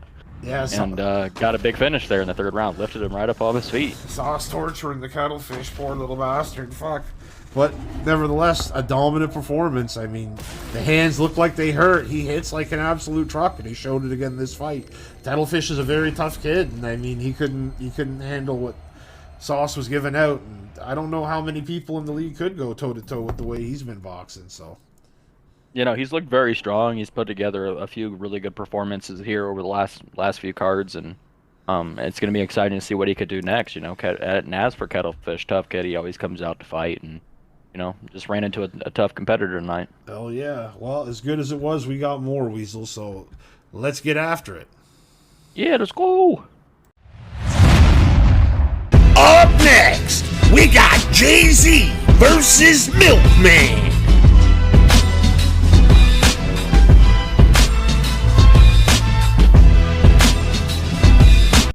All right, here we go. Feature fight of the prelims. And we got the Milkman taking on Jay-Z. This one should be a fun one. Yeah, absolutely. Both these guys, you know, a bit of veterans in the league, you know, much so more than Milkman.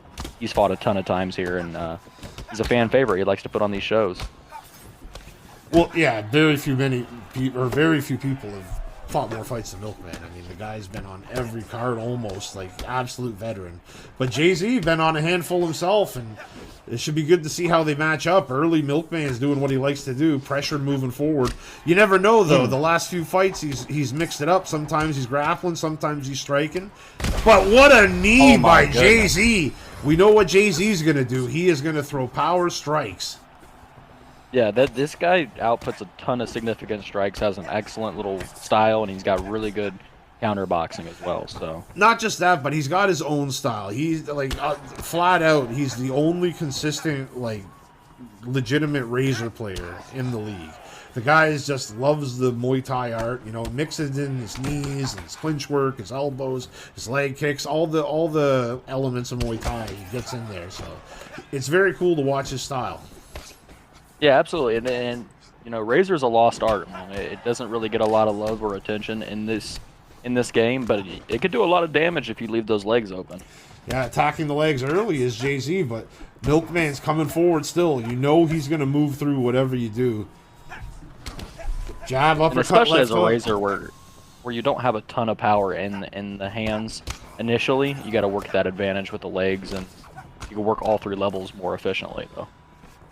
Misses the leg kick there. Milk was going to check it anyway. Better that it missed. Throws a body kick for the Milkman. Flying knee turned out of it. But a beautiful left hook by Milk at the end of it. Another leg kick. And another one. If you can get your opponent to switch stance, that's a beautiful thing.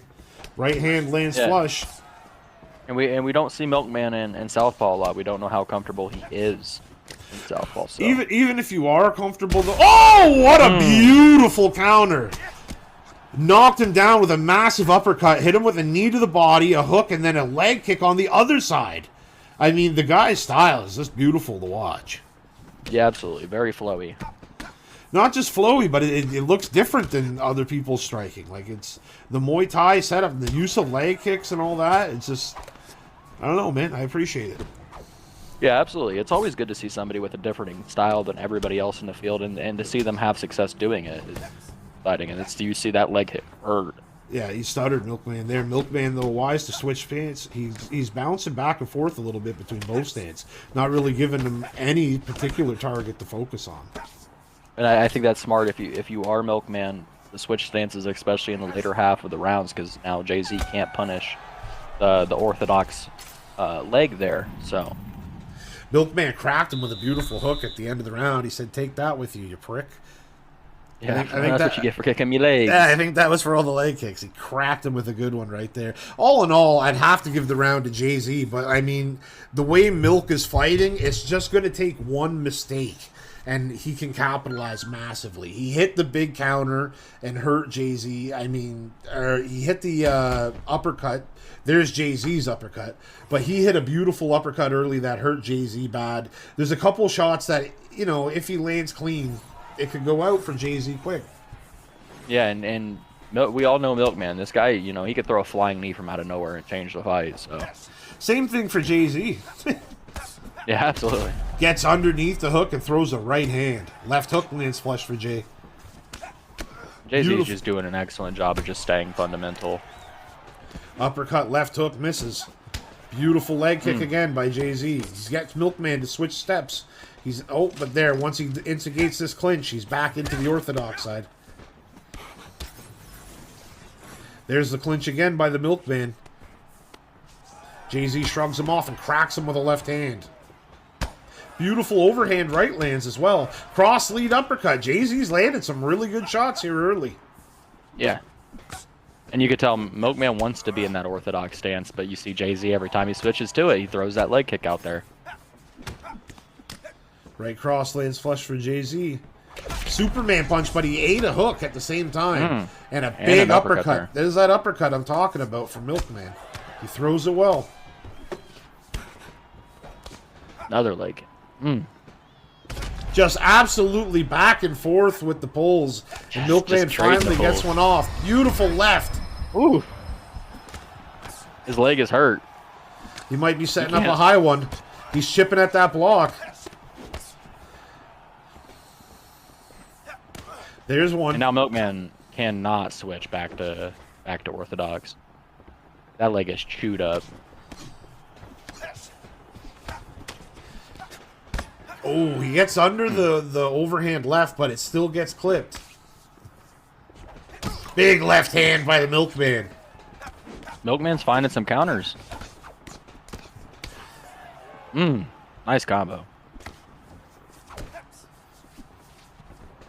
Gets him in the clinch. Throws a big shot on the step away.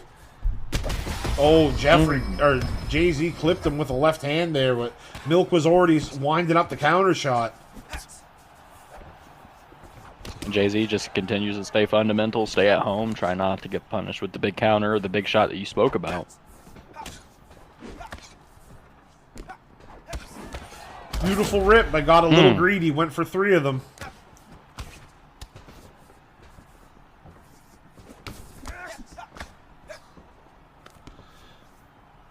Left hook on the block. 1-2 I'd be down the expecting pipe. that leg kick now. There it he is. called it. Ask the striking specialist what's going to happen, and he'll tell you. Yeah, you switch back to orthodox, you had to expect that coming right behind it. And Jay-Z's just doing a wonderful job as far as keeping Milkman uncomfortable. You can tell he doesn't want to be in southpaw. He continues to switch back to orthodox, but Jay-Z continues to punish that. So he's keeping some good pressure on him too, but Milkman still landed some good shots through the block. When he throws those combos, they are getting through Jay-Z's block. He doesn't have the greatest block meter. yeah, absolutely, and that's what Milkman needs to do in this third round. Likely needing a finish. Going into the third, he's just got to put it all out there. He's got to, switch to southpaw and let it fly. Nevertheless, I mean, due to the leg events, I think you got to give that one to Jay-Z. I think it's probably 2-0 Jay-Z right now. Yeah, I have to agree. I think Milkman definitely needs a finish. Thing is, though, it's like the fight's not like so far out of reach one-sided.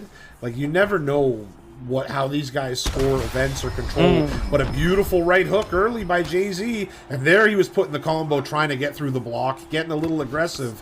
If he gets an early knockdown in this round, that'd be just 4 aces for him. Yeah, absolutely.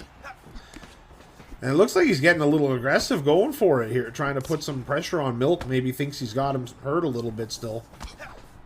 Yeah, I think Jay-Z's one of those guys that would prefer the finish over the decision. Couple of good hooks there by Milk, though.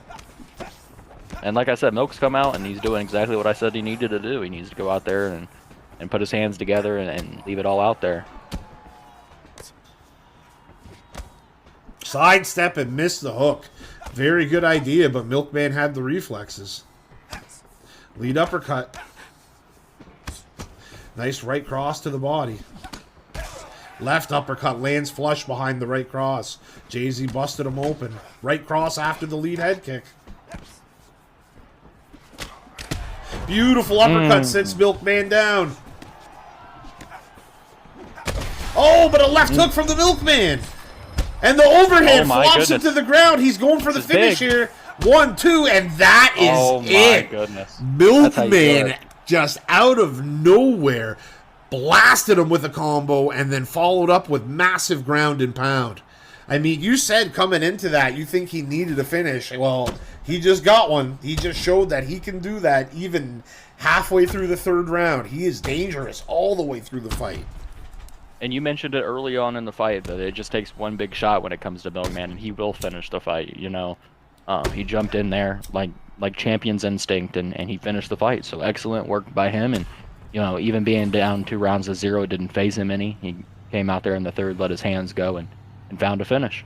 He sure did. And I mean, this is a different guy than we remember before. Like, it's no secret when he first came in the league, he had a tough time getting some momentum going for himself. But over the past few cards, we've seen more and more evolution out of this guy. And now, look at this 3-fight win streak. He just beat a ranked guy. So, I mean, you can expect to see him in the rankings next time down. So, just massive respects to the kid. He's a veteran, and he's grinded through a lot of tough situations. And what an example to anyone else in the league that you just keep fighting back. You keep going for it. You can make some good shit happen in this league. And so very, very cool, and love watching his story. Yeah, absolutely. Milkman's one of those guys who didn't start off real great, but he didn't let it get him down, and now he's on a 3-fight win streak and looking to have a number next to his name next card. Yeah, looking good, looking good. As for Jay-Z, I mean, shit, he was you know, he was this close coming into that. He was already up 2 rounds in my books, but hell of a fighter, beautiful style. Just love watching him fight. But as good as those fights were, Weezy, we got more to get to. So we can't just sit here appreciating that one all night. Let's get to this next one. We got the co-main event of the prelims. Yeah, let's go, man. Up next, we got CY7D versus Jiggly J.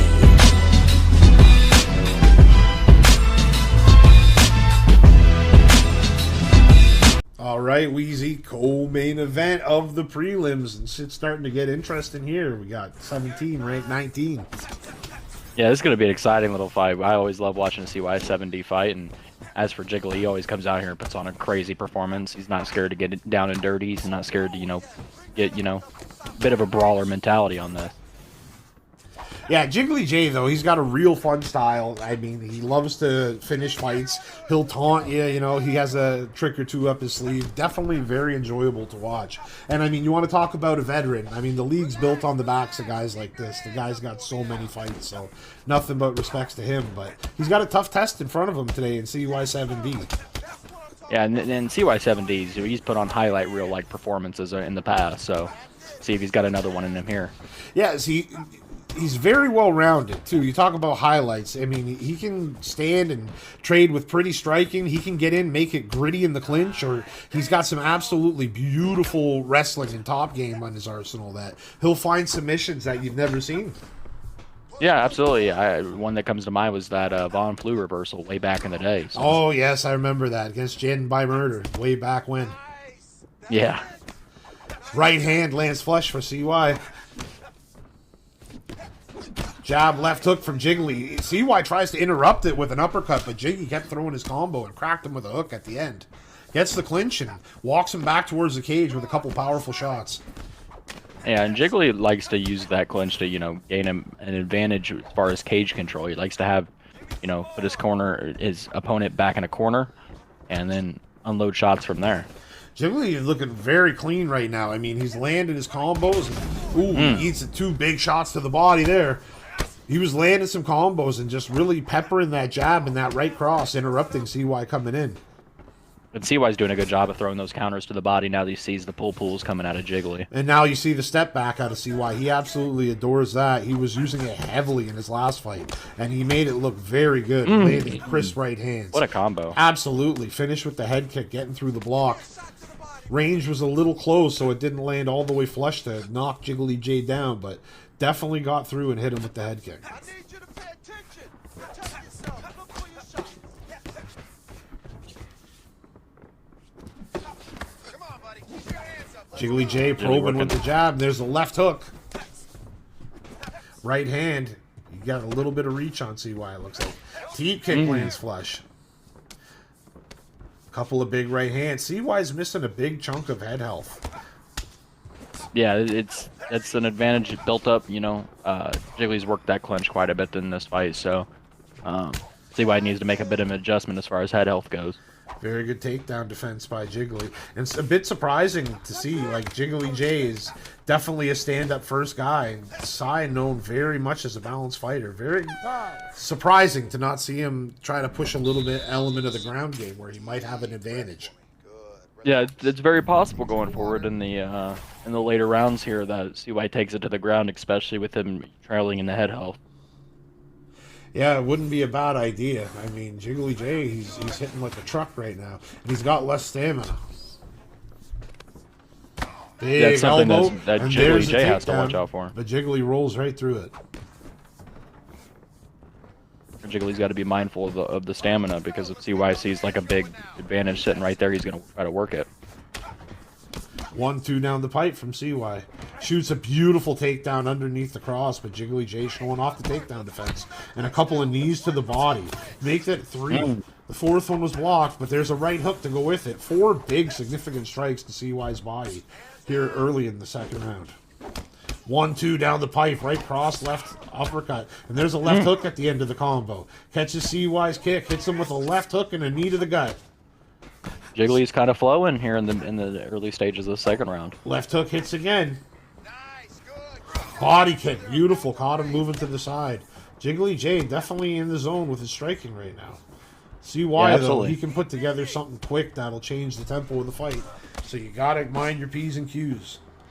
Yeah, Jiggly is, my bad, CY is one of those guys that can change the tone of a fight with just one shot.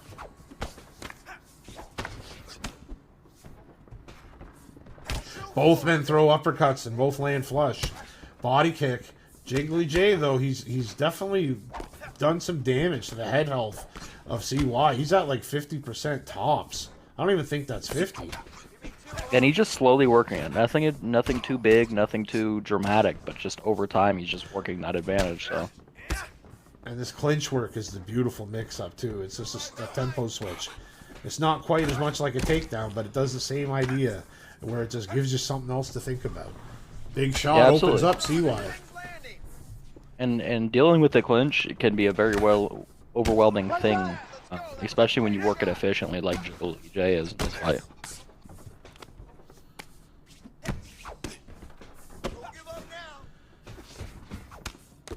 1, 2, 3, but he gets out of the way, steps off the knee, head kick misses. Body kick lands flush for Jiggly.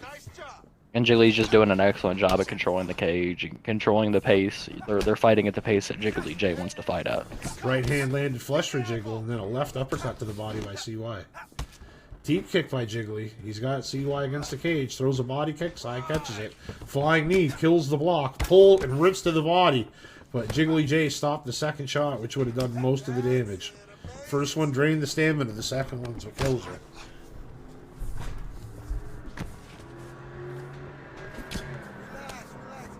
Couple of big hooks from upstairs and they get blocked.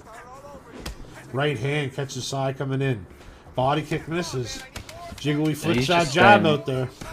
Yeah, Jiggly's just staying out of range of the kicks and stuff like that, avoiding a lot of the big damage. Oh, what an excellent finish to the round by Jiggly as he cracks him with a right hook and knee to the gut and then a big elbow. Yeah, that's a good round for Jiggly. He really held the control of the pace of that round, and I think it's 1-1 going into this third round. I don't know, man. I could see it being 2-0 Jiggly right now. Yeah, I mean it could, but I don't know. I think the first round goes to CY, but we'll have to see. We never know what these judges are on. So yeah, the first round is open to interpretation, but I think we both agree the second round was definitely Jiggly J. Yeah, Jiggly J controlled a lot of that. A good spot for him to be in, though, because, I mean, he has roughly the same stamina, if not a little better than Sai, and he's definitely up in the head health and body health, so it's a good spot to be in. Yeah, Jiggly just can kind of work the pace like he has been throughout the fight, and maybe he gets his hands raised. See, Sai's so close to changing the fight, though, with one of those shots. It's great defense by Jiggly. I mean, he had all the stamina out. He threw a beautiful uppercut to the body, but Jiggy got the block down last second. Yeah, he's just being defensively sound, sticking to fundamentals. Left hook lands flush, knee to the gut. Sai throws a knee back, but it's caught by Jiggle. Cracks him with the hook on the way out. Beautiful block right to the right body, and then get back up to block the other hook. Out of the range. Look at that jab cross. His boxing is really impressive right now. Yeah, it's just been super crisp. Body kick. Big hook on the takedown attempt, and he still stuffs it.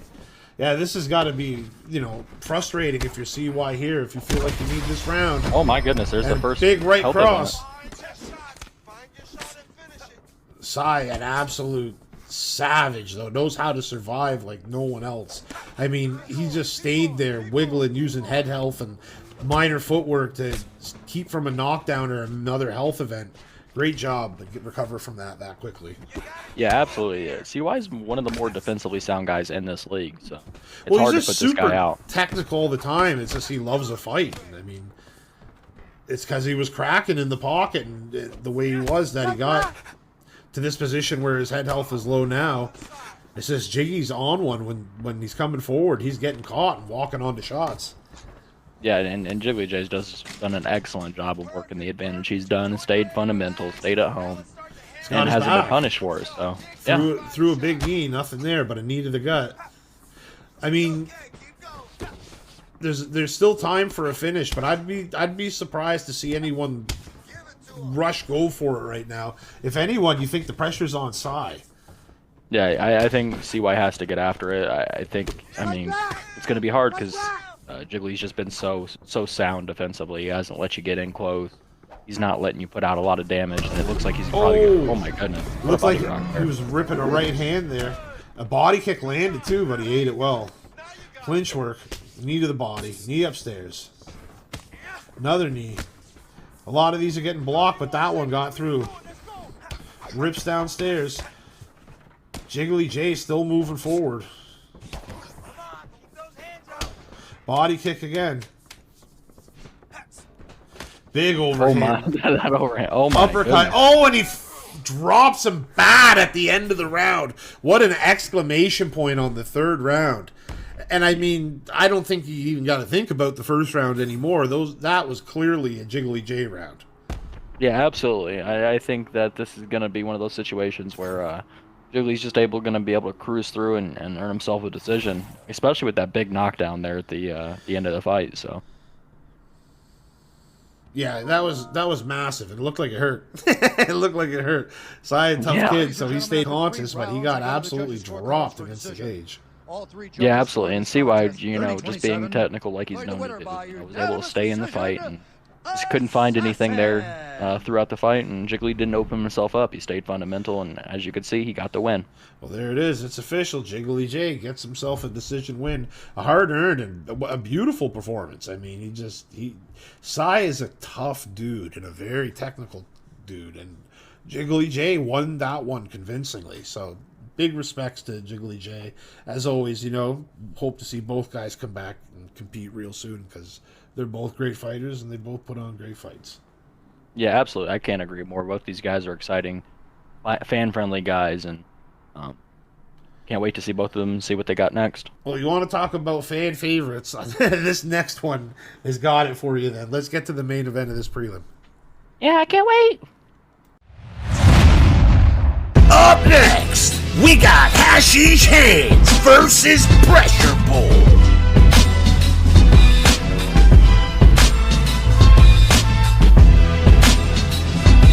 All right, Weasel, here we go. Main event of the prelims. And as I was saying, you want to talk fan favorites. Hashish Hands and the Pressure Bull. Two guys that are just always moving forward, throwing bombs.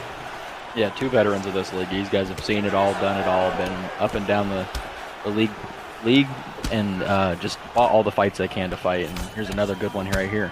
Big rip to the body by Hashi, but then Pressure Bull knees back. Both guys crack a shot to the body. Left hook lands flush for Pressure Bull. Both guys are well-rounded, but Pressure Bull more known for being a little more offensive on the ground, where Hashi's more defensive when it hits the ground, but very much a gritty fighter all the same, and not easy to get there. Yeah, absolutely. And both these guys, just gritty fighters, brawlers. These guys love to output damage and like to get their finishes in the fight. So I'm sure this is, going to be a contender for a finish coming up. Massive damage done there by Hashi's hands. He hit him with a big shot, got him to clinch, and hit him with 3 big punches. Yeah, but he's got to be careful because he's already taken a chunk of that body held damage away as Pressure Bull to Hashi's hands. So. Well, his name's Pressure Bull, but he's on his back foot right now. Hashi putting all the pressure on him. And that's something that Hashi does so well. He loves to put pressure. Oh, yeah, it's also what makes it so exciting. Pressure Bull, though, wisely keeping Hashi at a distance. He wants to strike from range. And the one thing you can't do is you can't let Hashi control the tempo of the fight. I've mentioned it a few times already. This card, being able to control the tempo of a fight is just a huge part of the fight. If you can fight at the pace that you're comfortable at, well, now you are more comfortable with turn. Hashi definitely, he wants to get you against the cage. If he can get you squared up with your back to the cage, he will just unload on shots. But right now, he's got a problem. He's got Pressure Bull on his back, and that is a bad place for anyone to be. Yeah, and this is right where you want to be if you're Pressure Bull. You want to be on the ground. You want to be able to oppose a bit of your will early on in a fight. Pressure Bull known very much for his top game. He's got excellent top control, and he'll definitely go after his submission if it shows itself. And he's got all his stamina. Postured up, right hand. Hashi gets back. Good counter to get back up.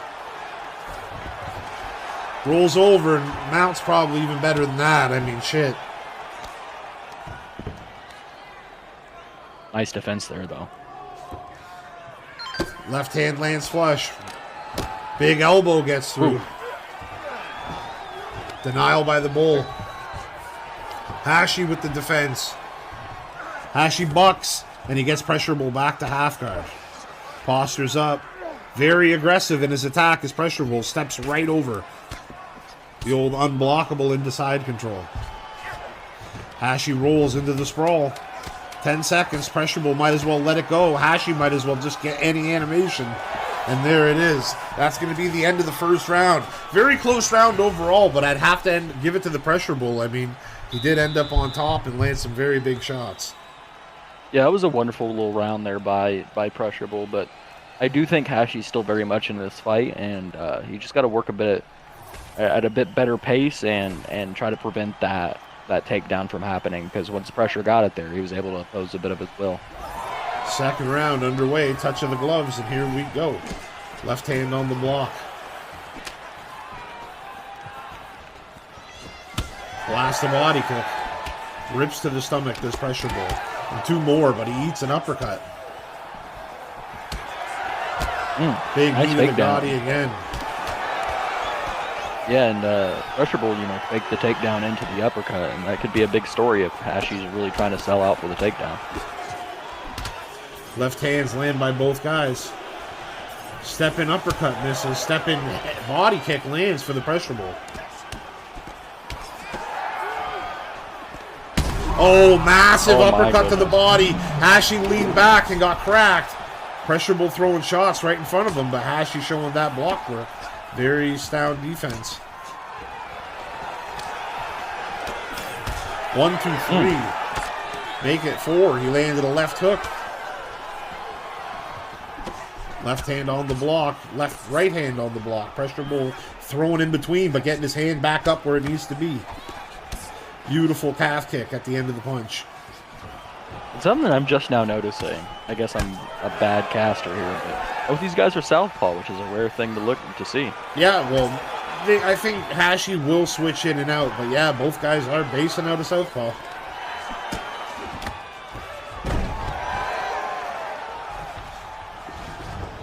Hashi gets back up, throws a teep.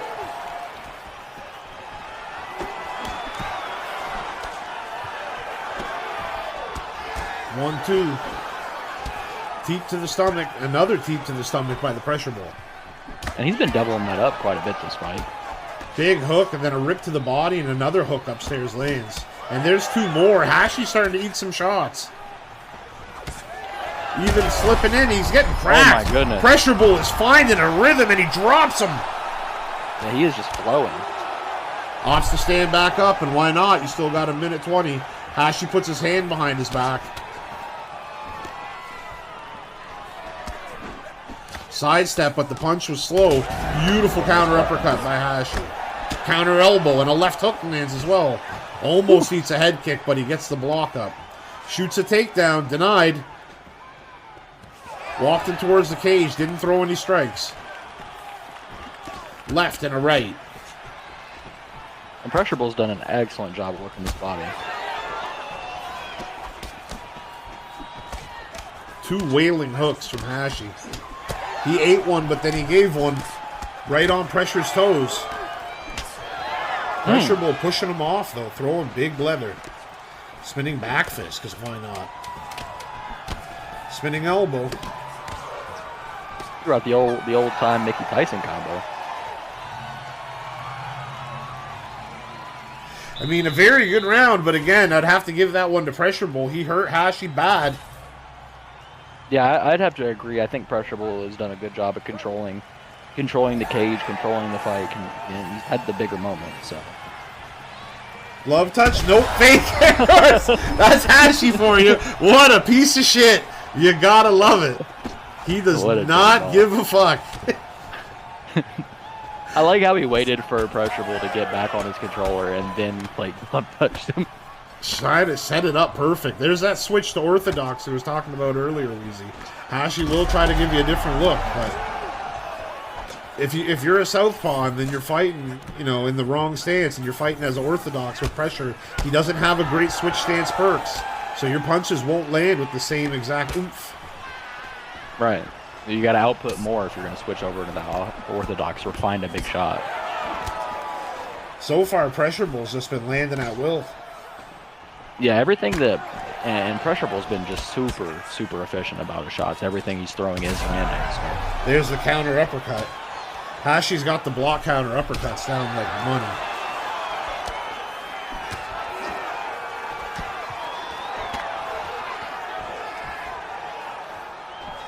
Hashi Jab doing a good job hook. of cutting off the cage. Beautiful lead hook by Pressure. Rip to the stomach. Uppercut upstairs.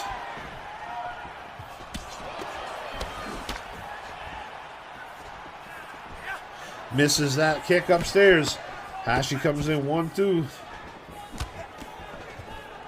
Oh. Left hand lands flush. Deep kick knocks Hashi down. This is Sparta. Knee to the stomach, and he taunts on him. He hits him with the roly-poly. You say, who are you fake glove touching, you prick?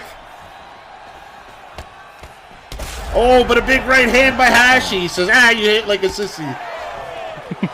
Hashi hit him with the old fuck you, and then hurts him with a bomb.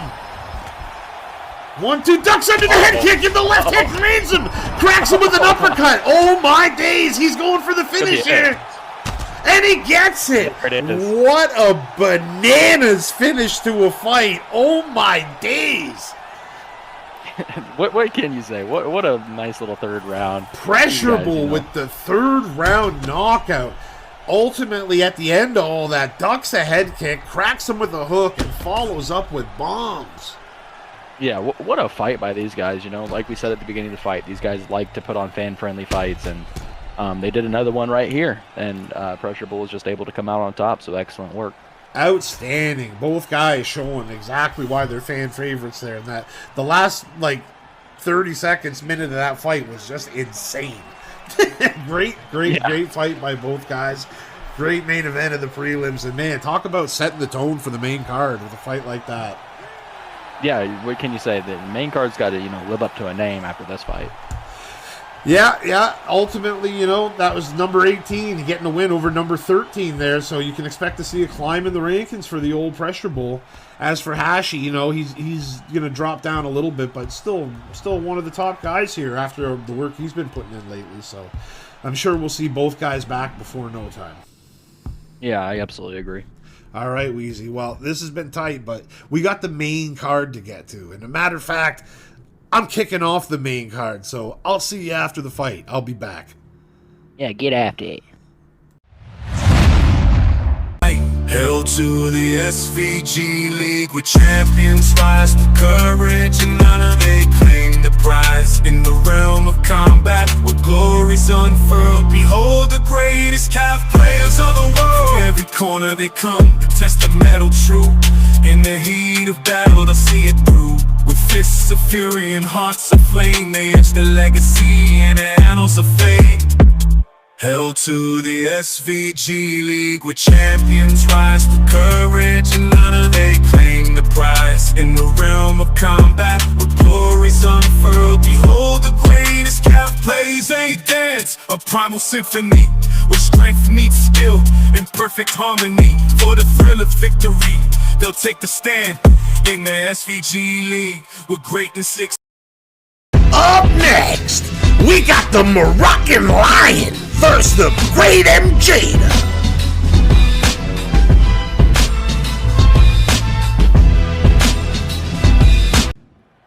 All right, first fight on the main card here. We got an exciting one, and this is the surprising one that's never happened before, as we got the Moroccan Lion taking on the Great MJ as they go for a little taunt off starting off. Nothing new coming from Rocky. Immediately with the takedown by MJ. And this is something that is to be expected from MJ is, Rocky can't throw knees while he's on the ground. Exactly, it's a good way to tire him up. He's already got his back, and now he flips over into the mount. MJ's looking to attack with an armbar off the rip here. This is big. If MJ could pull something like this off, yeah, big denial there. Oh, MJ not looking good. Yeah, no, this is a pull kind of situation, and that's going to be 90% of his stamina bar already, and he is still at a huge disadvantage. But Even a minute went by, and MJ is doing what MJ does. yeah, and he's looking for arm triangle here. Got a bit of a stamina advantage. Rocky able to Rocky gets escape. out of it. He wants to get back to his feet. This is exactly where he wants to be right here. Right away with the Now top. Rocky has to be aggressive here because he's already got that submission, and MJ once again gets the takedown here. Beautiful takedown. MJ's This is on it right now. And this is a fight over the last 60 plus cards that we've had now that has just never happened before. And so, and these guys have been here since the very beginning as MJ takes side control here. Big denial by Rocky, but And big reversal here into the arm triangle. Rocky looking to get out, but that's a big deny.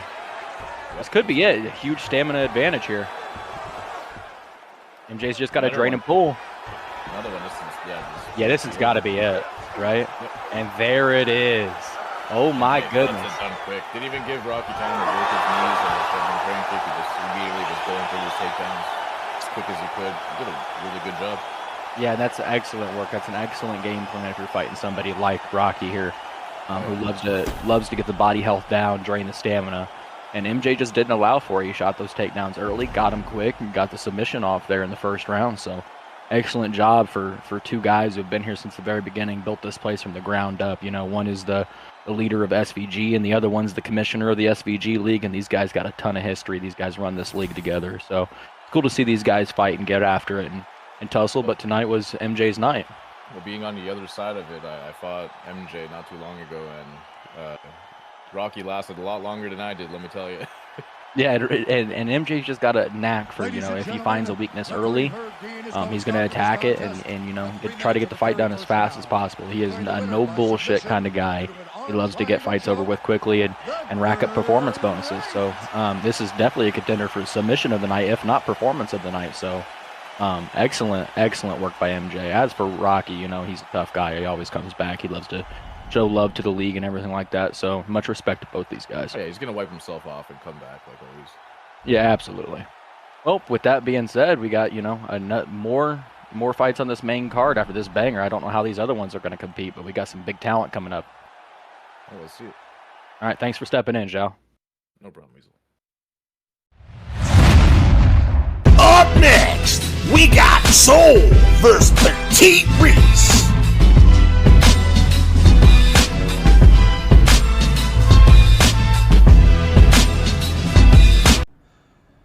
All right, Wheezy, here it is. Petite Reese taking on Soul. Yeah, this is going to be a good fight. These guys, you know, especially Petite Reese, who's, you know, been known as one of the more exciting fighters in this league, versus Soul, who's, you know, really just trying to make a run towards the title here. Yeah, absolutely. Both guys have looked really sharp as of late, Wheezy. And I mean, Reese has been flying up the rankings, got a super exciting style. Soul came back recently after a minor sabbatical and got two really good wins. It's great to see where both these guys at. They're both looking to be one of the next contenders for the belt in the near future.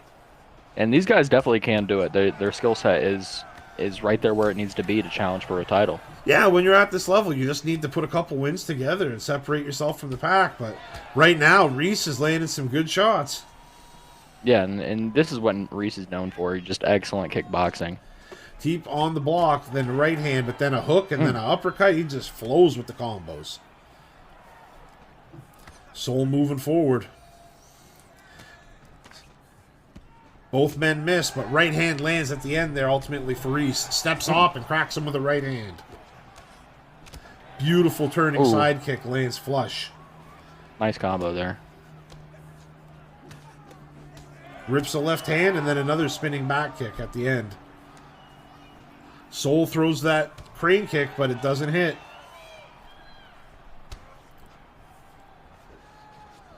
Blast a head kick does Reese.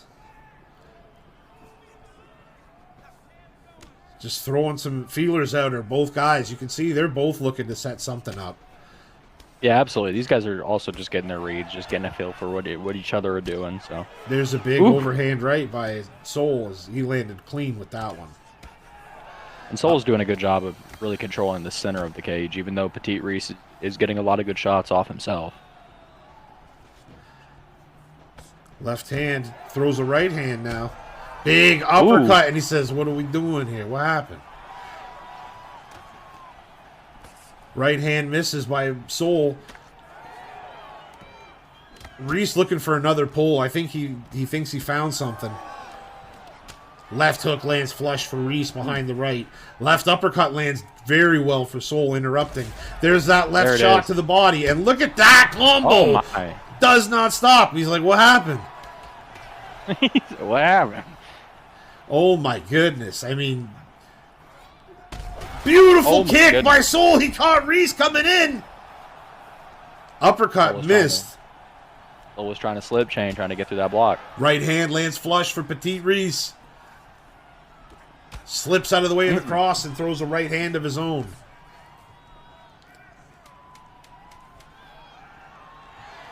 Throws up the X. He's just trying.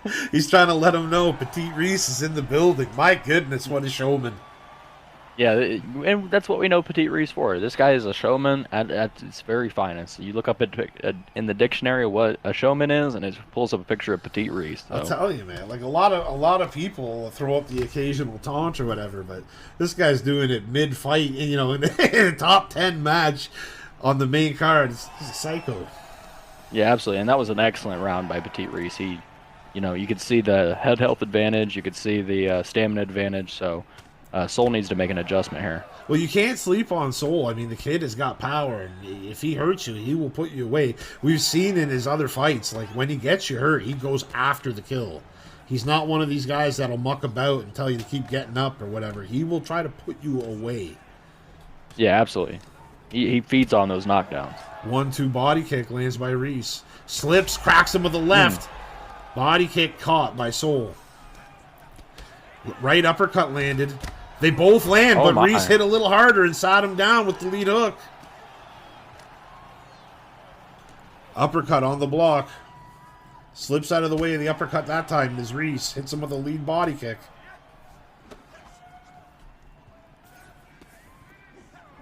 Oh, Soul went for a knee and walked right into a right hand from Petite Reese. Overhand, left hand, right hand. Soul blocking all the shots and firing back. Land a good right hook there. Pulls and cracks him with an uppercut. And Soul needs more of that. Well, that's the thing, though. Like, just one of those can change the fight quick. Reese, so far, though, has landed the more extreme shots. Like, he's hurt Soul more. There's another right hand. Right hand perfectly done at the end of the get back. But, oh my goodness. Stop.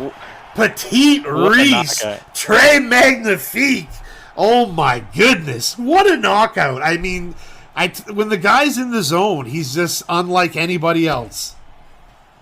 Yeah, there's a reason why he's one of the most exciting fighters in this league, and he just put on another performance right there. He's going to be a front runner for performance of the night and knockout of the night, These are big shots right here. This kick just shoots him across the cage. I mean, he set it up with the 1-2 as well. Like, you're missing half the combo there.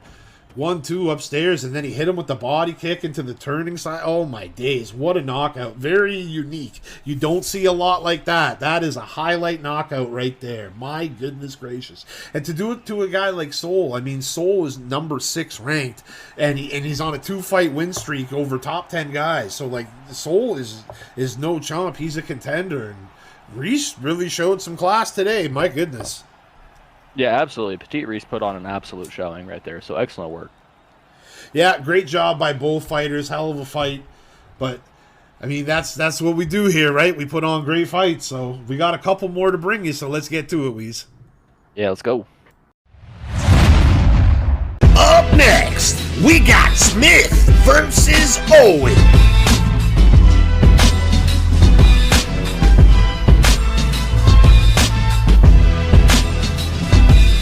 All right, Weezy, feature fight of the night. We got number 3 ranked Smith taking on number 4 ranked Owen. I mean, you want to talk about contenders. Both guys are right at the top of the food chain right now. Top 5 guys. And these guys have been around that top of the food chain that, haven't dipped below 10 in quite some time. So this should be an excellent fight for these two. 44 combined fights between them, and they meet up here tonight. Smith doing what he does. He's trying to lure Owen in. He'll make Owen chase him. I mean, he's known for his footwork and for his counter striking, and he's very patient. He trusted in his ability to just outpoint you. So, yeah, absolutely. That's the SVG track star, and you know, he'll set those traps up through his footwork, and he'll wear you out over time if you're not careful. Owen dealing with a track star, my favorite way, with the takedown. But Smith pops right back to his feet. Excellent getup. Definitely got a little bit of help from the camera there. It's hard for Owen to keep a takedown secured if he can't see. But, hey, that's the game, buddy. Adapt. Yeah, absolutely. Catches the kick, reverses position, gets Owen against, and a big elbow. Shoots another takedown, and I like that he's going for it because he's shown some good mix of his skills over his past few fights. And if you feel like you got an advantage somewhere, definitely switch it up. Yeah, absolutely. Left hook bangs home, though, for him there. I mean, the kid's got absolutely lightning bolts in his hands. Make no mistake. I mean, his last knockout on the last card was absurd.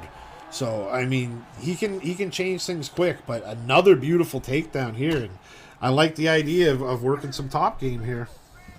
Yeah, absolutely. And this is what you need to do. When you can't allow your opponent to build an advantage, and if he feels like he has the advantage on the ground, you see him working those body shots there and back sprawl here. So nice deny. He rolls with it. Looks for the getup and goes for the back and gets it.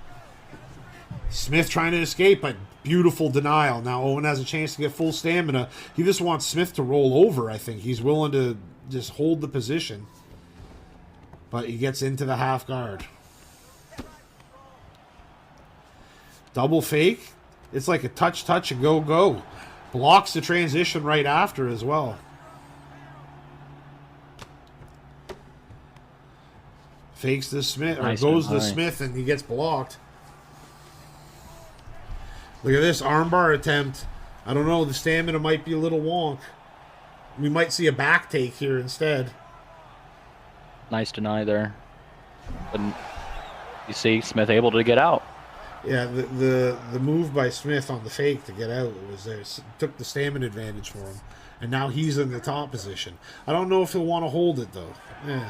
Yeah, geez. Not really his cup of tea. Big uppercut lands there.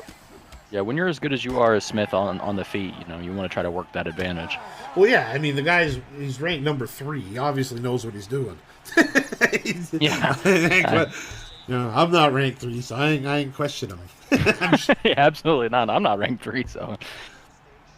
But a tough round to call. I feel like I might have to give it to Owen, but to be honest, it's not confident. I mean, he did have the takedown, and he didn't do anything too significant from the top position when he did have the top control.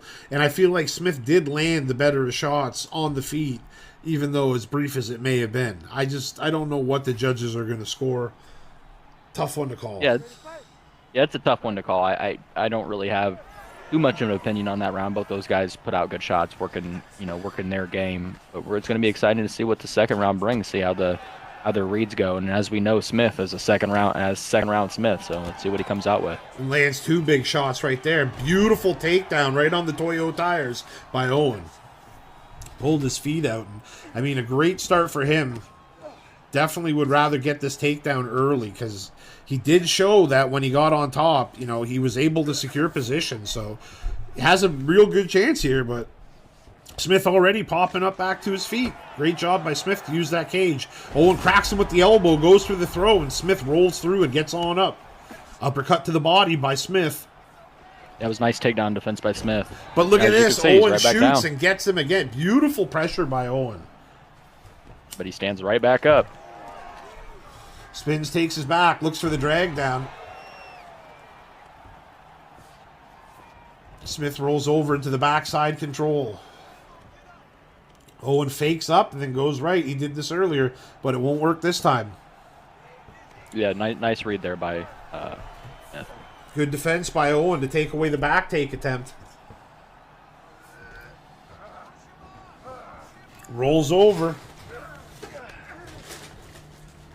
And look at this. Smith gets right back to his feet. And Smith has done an excellent job all fight of just getting back up. Pulls, throws a hook, or throws an uppercut, excuse me. And Owen got his head off the center line. Owen doing whatever he can to get this to the ground. Another beautiful takedown, though. He shot the single leg, he turned it to the side, and secured it. I mean... Yeah. He's done it in tons of different ways, too. Like, getting Smith to the ground here. He's done it, like, a different way every single time.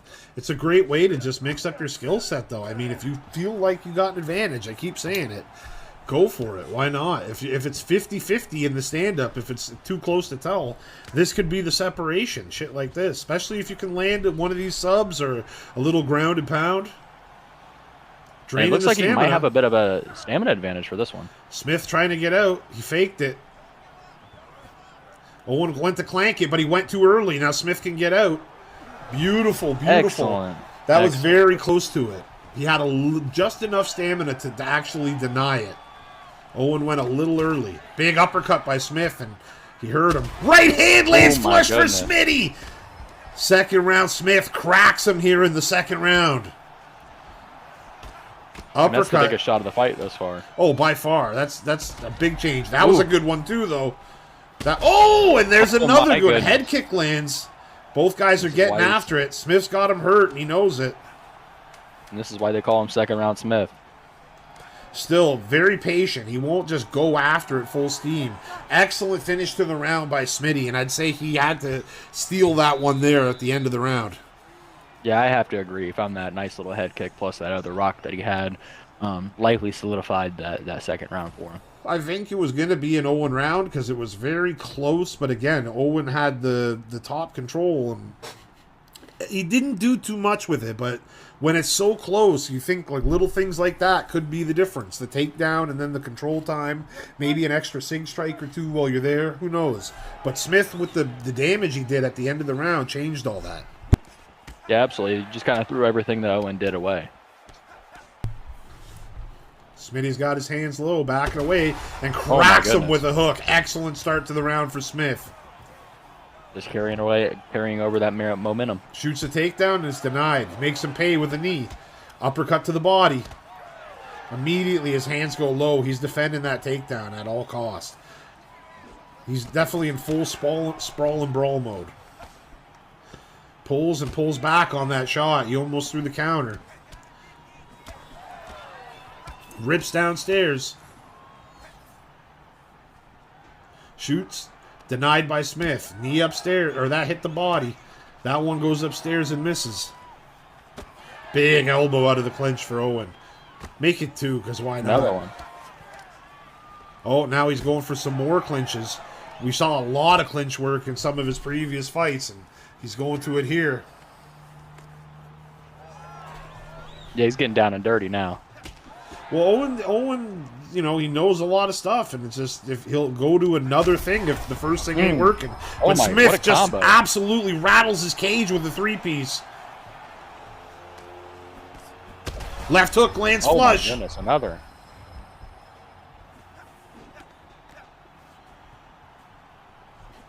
Overhand through the jab. My goodness.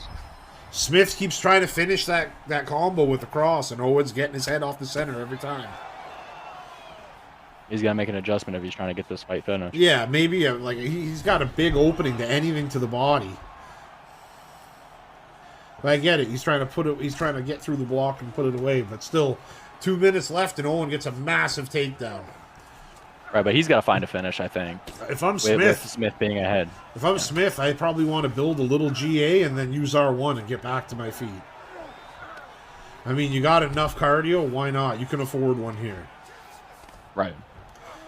At the same time, if you don't think he can hurt you or submit you, I mean, shit, then you're probably up this round. Then again, the pressure's not really on you to do too much, just not make a mistake. Right. Yeah, Owen's got to be the one to force things right now.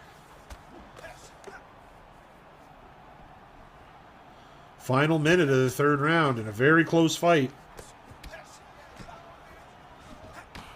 Flicks the jab out there to Owen. Owen's trying to get through that block. Uppercut lands flush. Oh my goodness. Slipped and shot. ripped. Cracked him with a right hook and put Owen out cold. Yeah, excellent. That shot off the pull counter right there has been there all night, and Owen couldn't make the adjustment to that, and really just gave Smith the win there. So excellent work. Great job by Smith to get it done. And I mean, shit, you always find this guy around the top of the rankings. The guy has been outstanding. Won a bunch of fights, fought for the title, came up a little short there, but now that's 2 in a row over top guys again. And I mean, he's starting to make a case for another title shot. He is right there knocking on the door. Yeah, absolutely. And this is one of those guys. He's definitely a wild card kind of guy. He's tough to handle. This guy, he showed off his submission defense there, and that's really going to pay off to get up here at the top of the rankings. Yeah, outstanding job by second round Smith, who, of course, turned everything the tide in the second round, as he's known to do.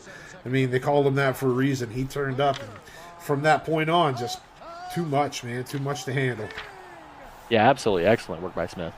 Well, great job by both fighters. Owen came up short in this one, but he's always fucking exciting to watch. The kid always comes forward, always throwing bombs, so you definitely got to give some props to him. He's still right at the top of the food chain, too, so he's just going to heal up and come back stronger.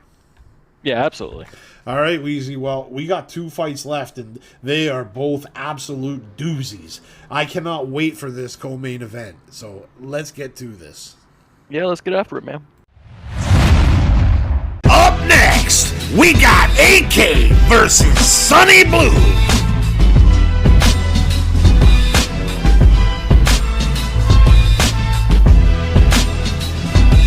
All right, Wheezy, here we go. This one is going to be a doozy. 2 of the biggest streaking fighters in the league right now. Sonny Blue 4-1, AK 5-0. Yeah, and these guys, what can you say? It's hard to get guys who streak this many fights together, and now they're meeting each other for what is, in all likelihood, a title eliminator. Yeah, absolutely. 4 wins in a row versus 5 wins in a row. I mean, the winner of this one should be up next for the title. So, big implications. And both guys, you see, showing respect to the level of competition and the stakes, taking it easy at the very beginning. Sonny lets his hands go there, though. And both these guys, very well-rounded fighters. I would expect this fight to hit the ground at some point in time, and plenty of time being stood up. Both these guys are very, very well-rounded. Leg kick misses. Uppercut to the body. Right hand lands flush for AK. Big rip to the stomach. Drag him to the cage here. Excellent defense, though, by AK. Gets his head off the center line. Cracks him with a left hook. And another big takedown defense. This is massive. Because that'll eat your stamina.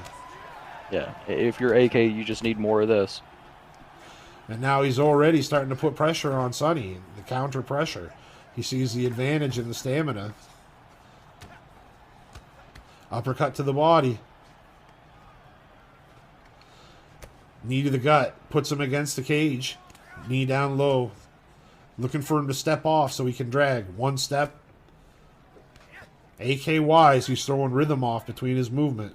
Goes for the back take, denied. No double chance as he steps off. Beautiful defense by AK. Yeah, wonderful. Jab, jab, jab, cross. Picking at that block. Has eaten through a ton of his stamina. Gets the takedown here, but AK pops right back up to his feet. Jab landed by AK. Right hand lands flush. And that's going to be a big story right now, is if AK can continue to deny those takedowns, work the body. Look at Capone's stamina already. Left hand, right hand. Capone flicking that jab out there. Jab, right hand, lead hook. But AK zings him with a couple of jabs. 1-2 down the pipe. Make that a third right hand lands. And an uppercut to the body. Capone gets the clinch. This is how he likes to get his takedowns. He likes to work the clinch. Beautiful. Nice check hook. Yeah, beautiful check hook right there by AK. Flush. Double jab on the way in. Uppercut and a right cross. Slip hook does not get through. And that's going to be the end of the first round. And I would say that is a clear AK round. Yeah, I'd have to agree. AK, got the takedown defenses in there and really kept it up off the ground, which is what he truly needs, and he controlled the pace of that first round. So it seems like Capone needs a bit of an adjustment trying to get this fight to the ground if that's where he wants to be. Yeah, and you know what? It says in the takedown there, it said Capone landed 1 of 2, but they must not be counting a lot of the sweep attempts and trip accounts from the clinch and stuff and against the cage, because, I mean, realistically, AK's takedown defense has been outstanding. And he's coming into the second round with nearly full stamina. Which is absurd. I mean, you see that Capone has used, like, a good 20%, and AK has used, like, nothing. Like, outstanding stamina management. Yeah, absolutely. And here at the top, if you can manage that stamina, it's a huge deal for denying stuff like that. Like a big power takedown, he's able to deny it a little bit easier. Knee to the gut. Another knee to the leg right there. Looking for the drag down on the move, but defended perfectly. And it's counterintuitive. It hurts the stamina of Sonny instead. Jab, Yeah, the takedown defense has just been excellent. Uppercut lands flush. Gets out of the way. Rips to the body. Gets him against the cage. Spins. Takes the back.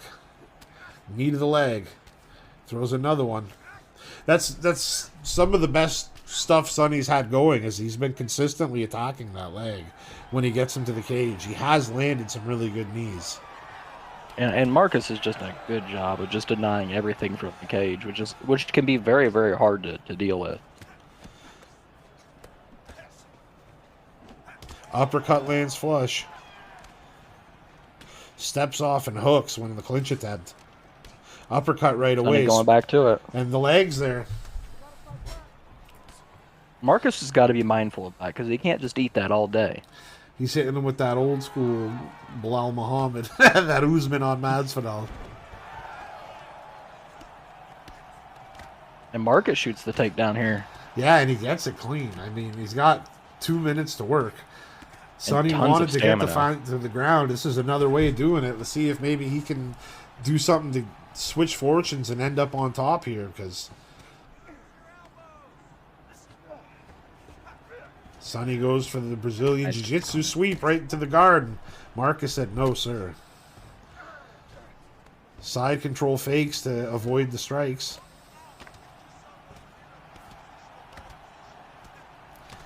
Big punches to the gut. Old tap-tap-a-roo. Nice deny there. Continues to work that side of the stomach, just building up the GA.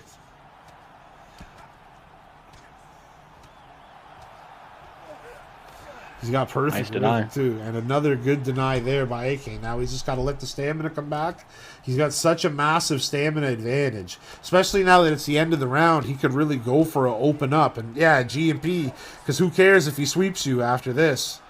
Like, right. This is textbook top control GMP. Like, just outstanding 10 out of 10 guard work by Marcus there. Yeah, and he's doing a wonderful fight, and he's doing a wonderful job in this fight of just controlling all aspects of the fight. He's not opening himself up to too much damage. He shot the takedown, was able to hold top control for an entire, like, nearly 2 minutes of that round, and he's just, opposing his will right now. Incredibly efficient is what I would say too. Like, very efficient with his energy and just very economic with his striking. He doesn't use anything he doesn't need. Yeah, absolutely. And Sonny, in all likelihood, needs a finish, so he's got to get after it. Yeah, I would say. And that is a rough start.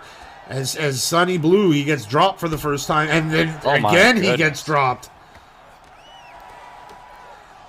And it's only a matter of time when it comes to that, when you're working that advantage so much and you build up an advantage like AK has in this fight. It's going to be tough to deal with. Shoots a big takedown, and it makes sense that, like, even this, he's getting a chance to clear his head right now, which is massive. Right hook lands again for AK. And you can really see Sonny's just trying to get after it. Shoots another takedown, and this time he gets it. I mean, this is what he wanted, and he's exceptional here, but he does not have a lot of stamina. He's at such a massive disadvantage. I mean, he'd have to pull out some crazy shit. Like, even these denies, it's not enough. You have to get like 2 denies or deny him after he's punched out. And not only that, it's AK's got such a stamina advantage that all of Capone's transitions are now slower. And not to mention, I mean, he's got more punches to build the GA with because they can just go punch for punch, and he keep building that GA. With Sonny's as low as he is, especially if he was in the full guard, he would have to worry about submissions too. Like, yeah, goes for the get up as AK and he gets it, and he goes for the throw and lands it. He says, "Have a prime." Yeah. Logan Paul would be proud. Steps right over into side control. Big elbow. Good denial by Sonny. And Sonny's still staying sound even with this much of a stamina disadvantage is a testament to how good he is on the ground. 1, 2, 3. Sonny moving backwards. I mean, it's tough. Like, he's hurt. So it's not like he can just push forward, but he definitely needs a win, like a finish. He's only got a minute right now to save his chance at the title. Meanwhile, AK, oh my goodness. He absolutely smoked him with the right hand and put Sonny Blue out cold. Yeah, what a performance. My goodness gracious, what a knockout. I mean, just boom, overhand right a la Chuck Liddell. You know, his hands were up, were Sonny, but like the block meter was all done. And it just came right through and clang, put Sonny Blue out cold. Yeah, and there's only so much punishment you could take in a fight before, your chin finally gives out, and that's what happened right there. Yeah, absolutely. I mean, AK got up to it early. He was landing really good shots early and got up to a major stamina advantage early. And if you get that stamina advantage, it is deadly. So yeah, I couldn't agree more. I think Capone just wasn't as efficient early on in the fight, and AK was able to build the advantage and ultimately win the fight. Let's not just forget the fact too that like he was fighting a beast. You know what I mean? Like AK is an absolute beast. So I mean, what more can you say? The guy is 6-0 now. I will expect to see him fight the winner in the title match tonight because I mean, at that point he's made himself undeniable. Yeah, I couldn't agree more. Well, great fight by both of those guys. Hope to see them both back in action very soon, but it's time to move on to the main event of the evening. Yeah, let's go, man. Let's get it. Up next for the SVG Championship, we got Hoo Hoo versus Doo Doo.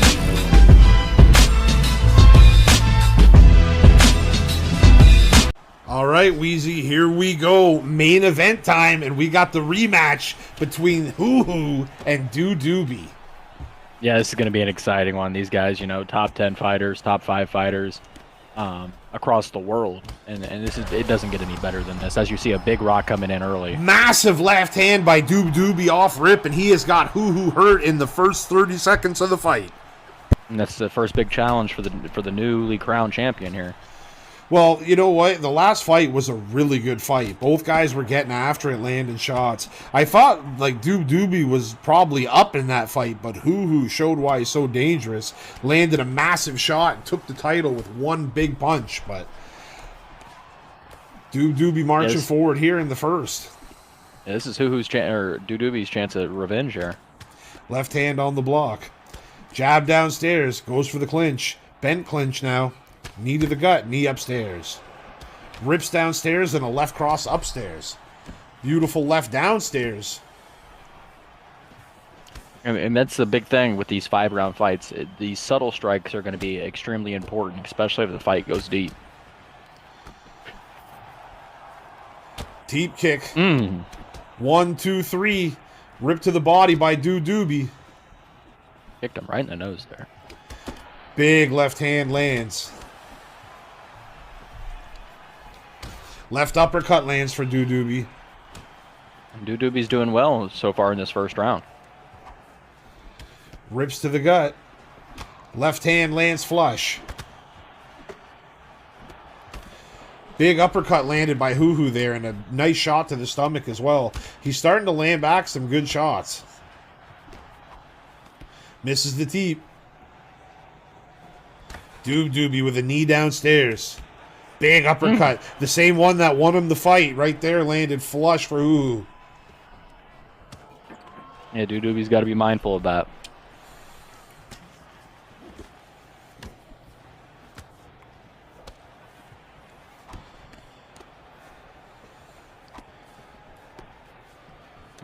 Hoo-Hoo just jabbing away at that block.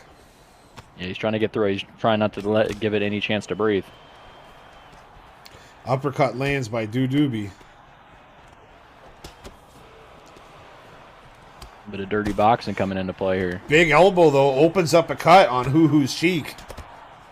And Doobie's going after it. And he just cracked him with a left hook. He dives in the guard, looking to finish right here. Right straight, blocked. Hoo-Hoo breaks the guard, and now he's down in closed posture. Postured up and out by Doobie. Yeah, and you could tell Doobie showed up in this first round just not fucking around. Double jab by Hoo-Hoo, and an uppercut and a right hook lands flush. Beautiful finish to the round by Hoo-Hoo. And take that uppercut with you, too, while you're at it, he says. Yeah, what a round. That's definitely a victory there for Doobie overall in the round, but Hoo-Hoo found a big opening there at the very end. So. Yeah, Hoo-Hoo closened it up right at the end of the round. I mean, he got that rock, which was massive, and I mean, who knows? He could have got a knockdown if it wasn't for the fact the round ended. But you see Doobie coming right back out, putting the pressure on. Well, I mean, he hurt Hoo-Hoo first 30 seconds of the first, and there you go, first 30 seconds of the second. He's just, in the beginning of the round, he's so dangerous, but Hoo-Hoo lands one right back. We got the right guys fighting for the title, that is for sure. Yeah, these guys are very close as far as skill goes. It doesn't get any better than this. These guys are, you've seen it in the last fight, and you're seeing it in the second fight as you see another big rock come in. Massive uppercut hurt Hoo-Hoo. Deep kick to make some room, and Doobie's rocked him multiple times already here in the second round. He had a rock in the first, and now he's got two in the second already. Big knee lands flush. Uppercut, overhand. Nice left hook by Hoo-Hoo, but it falls on the block. Looking for that lead uppercut. That thing was a thing of beauty in the last fight for Hoo-Hoo. Yeah, that was money for him, and it won him the fight. And so it's kind of been there throughout the first part of this fight. Let's see if Doobie makes an adjustment to it. Big shots by Hoo-Hoo, and he's got Doobie hurt. These guys have been trading rocks back and forth all fight. Right hand misses. And now we're getting down to that point in the fight where both these guys, are getting lower on stamina. Their head health is coming down. Their body healths are coming down.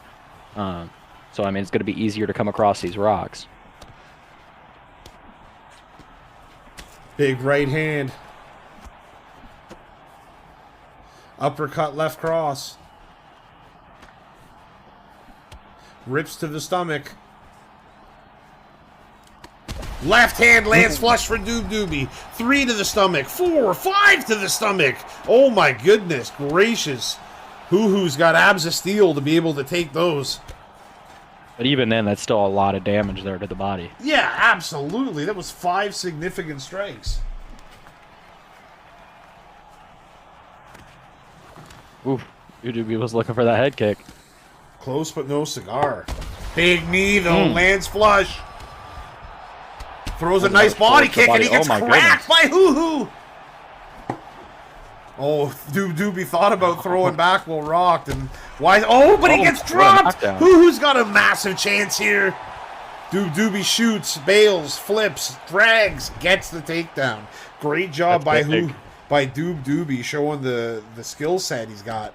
Massively well-rounded, just to be able to switch and go to wrestling just like that. But Hoo-Hoo, off bottom, gets the sweep, and he's going to finish in top. Postures up. No, Doobie did not allow it. Excellent finish to the round. These guys are putting on a classic. Yeah, absolutely, and you love to see that out of a championship fight. Both these guys definitely want to get the belt back in their hands here and take it home and walk away. So let's see what this third round's got. Third round under the way. This one's scheduled for 5. Who knows if it's going to make it there the way these guys are fighting. Yeah, these guys have been just trading rocks back and forth. Going to be, but these guys have been very defensively sound at the same time, and these are not easy to come by. Well, I was going to say it is kind of a two-sided edge razor there because, big left hook by Doobie hurts him. Looking to finish. Comes forward. Doobie's found a rock in the first 30 seconds of all 3 of these rounds. Which is, you know what, kids watching at home, that's a great way to start your fights. Just do what Doobie does and get a rock in the first 30 seconds of every round, and you should be fine. Yeah, that's what I was thinking. Big knees from the clinch from Doobie. Cracks him with an uppercut, but Hoo, as you said, defensively sound, while leaning forward, still had the block up, and that saved him from massive punishment there. Ooh, Same for Doobie right there. Oh, my goodness. And Hoo's got to be careful because of that body health has become an issue as well as the head health. A massive shot from Doobie's got Hoo rocked again. Multiple rocks in the 3rd round. But there you go. Hoo crumples him. Throws his legs to the side. Hoo has really good top game. And Doobie has flashing head health. That is a bad recipe right now. Way to get out of there. Tappity tap from the bottom and a little bit on the top too here. Both guys building that GA.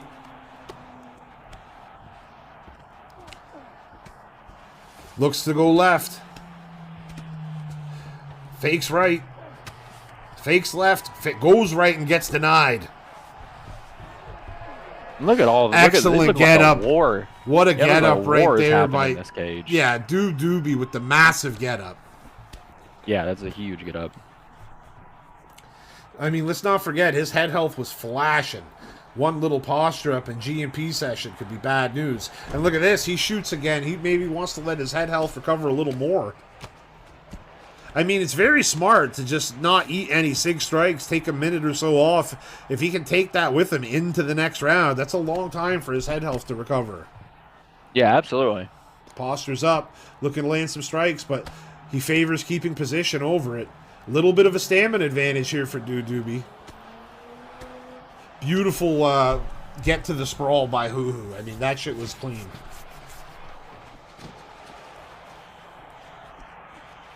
And they're back up. Hoo switches to the southpaw, cracks him with a left hook.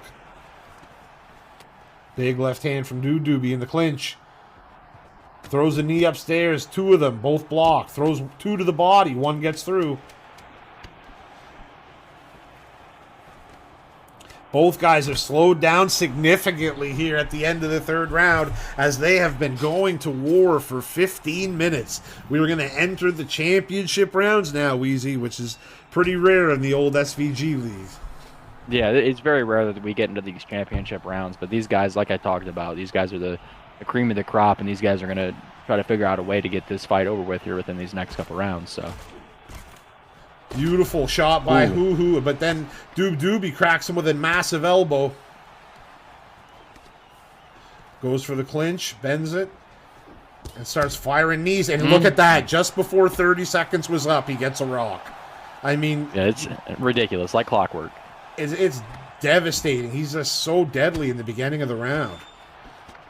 Rips to the gut, Hoo blocks it. Hoo's kind of found a home with some of these elbows. Fakes the takedown and comes upstairs with a hook. Jab, these guys, treading on thin ice right now. These guys are being very patient, very, very calculated because every little thing that they're throwing could be a rock. Beautiful takedown by Doobie. He timed it and shot right underneath Hoo's strike. Scooped him and slammed him right inside saddle. Beautiful job. Posture's up. Couple uppercuts. He's got the whole middle of the ring to work here. Hoo gets back to his feet, but he is running out of cardio fast. Great denial by Hoo. Ultimately, the tenacity of the drag down, though, got him to the floor. Hoo able to get on top in the guard. Fakes the get up, goes right, and gets it. Big denial. Doobie building that GA. And look at that. Step and block by Hoo. But then his transition gets blocked from Mount. Back into half guard. I mean, just these little pity-pat shots make Doob Doobie's head health flash red. Where, I mean, it's not doing it for Hoo Hoo. Hoo Hoo has gotten the head health advantage, despite the fact that Doobie's rocked him so many times. Yeah, Hoo Hoo's done an excellent job of staying in the fight and you know, putting out damage of his own, keeping the head health close. Excellent job by Doobie, and look at this. He steps over right to mount. Excellent work. Postures up, big chance. Right hook lands flush. A left hook these are gets big in. shots. Two of them gets in. Oh my Elbow goodness. falls on the block. Hoo Hoo's head health is flashing and with almost nothing left in another a big denial. Looks for the mountain. Wow, Hoo Hoo doesn't fall for it, man. He doesn't worry about the submission. Instead, he takes away the get-up. But Hoo Hoo eventually got broken free from as Doobie postures up and lands a couple shots. He's out putting some punishment right now. Bucks deny. again. This time he goes for the arm triangle.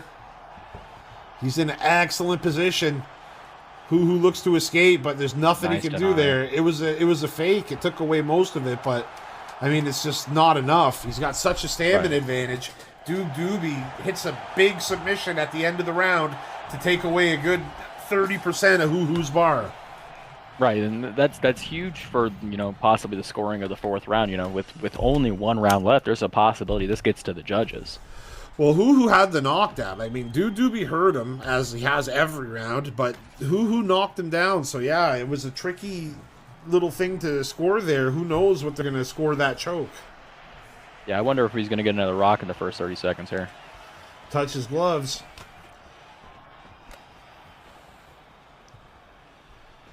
Fifth and Hoo Hoo final just- round. Yeah, and Hoo Hoo's just driving around on fumes right now. Absolutely, but I mean, he's a champion for a reason. He's all fight. He'll put together one combo that'll end it. We've seen him do it before. And I must take note that Doobie did not get a rock in the first 30 seconds. Ooh.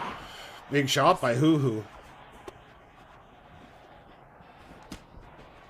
Big shot to the Oh my stomach. He goodness. cracks him.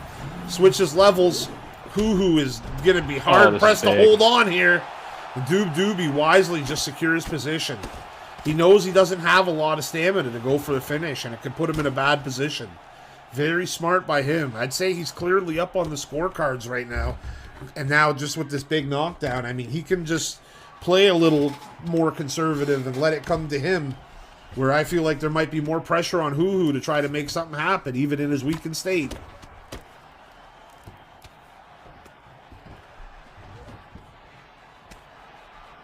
This has been an excellent fight. My goodness. Oh, yeah. I mean, these guys are top of the food chain. They're at where they're at for a reason.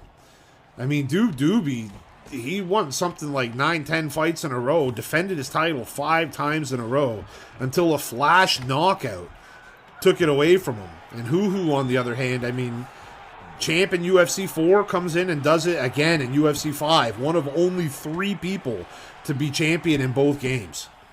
It's a very short list, so it's like, that's rare air. He is a monster. And he walks right into a jab there. Could be it. And that is it. There it is. Doobie reclaims the throne as he knocks out Hoo Hoo in the 5th round. Yeah, and does a backflip on it after. And new. Yeah, I mean, what can you say? Doobie came back. He faced a little bit of adversity. Took a tough loss last time against Doobie, or against Hoo Hoo. My bad. But then is able to step right back in the cage against the same opponent and find the finish there in the 5th round. What a fight! And all class too. When he lost, no excuses, no shit talk, no funny business. Took it like a champ. Dusted himself off. Came back and fought the guy that just beat him and rose to the challenge and got it done. And great job, rightfully so too. I mean, the guy, like I said, 5 title defenses in a row. He deserved a rematch.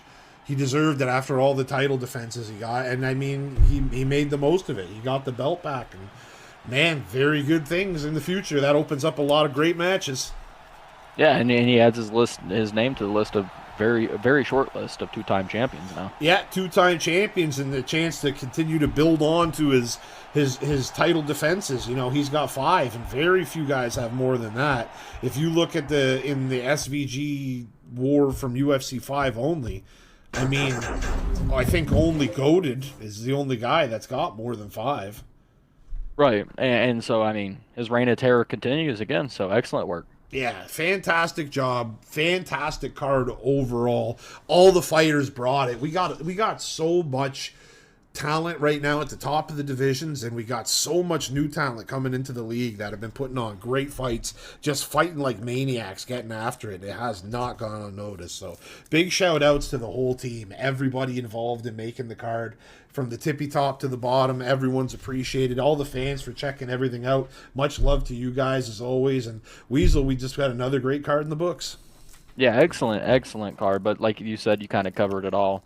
But just it's going to be tough when we're choosing fight card awards because these guys all put it on a great show. So big thank you to those guys and a big thank you to everybody who comes out and watches. Absolutely, and that's something that some more attention is going to be paid to going forward too, is the fight bonuses, because it's a fun little thing to go for fight of the night, performance of the night, knockout of the night, sub of the night, etc. So you know what, we're definitely going to be putting more attention into that going forward, and big things on the horizon, Wheezy. Yeah. I can't wait for the next one, man. All right, well, from myself, the great MJ, he is the Weasel. This was SVG War 62, Curitiba, Brazil. We will see you on the next one. Wheezy, say goodbye to the people. All right, see you guys then here in a couple weeks. Stay safe. Peace.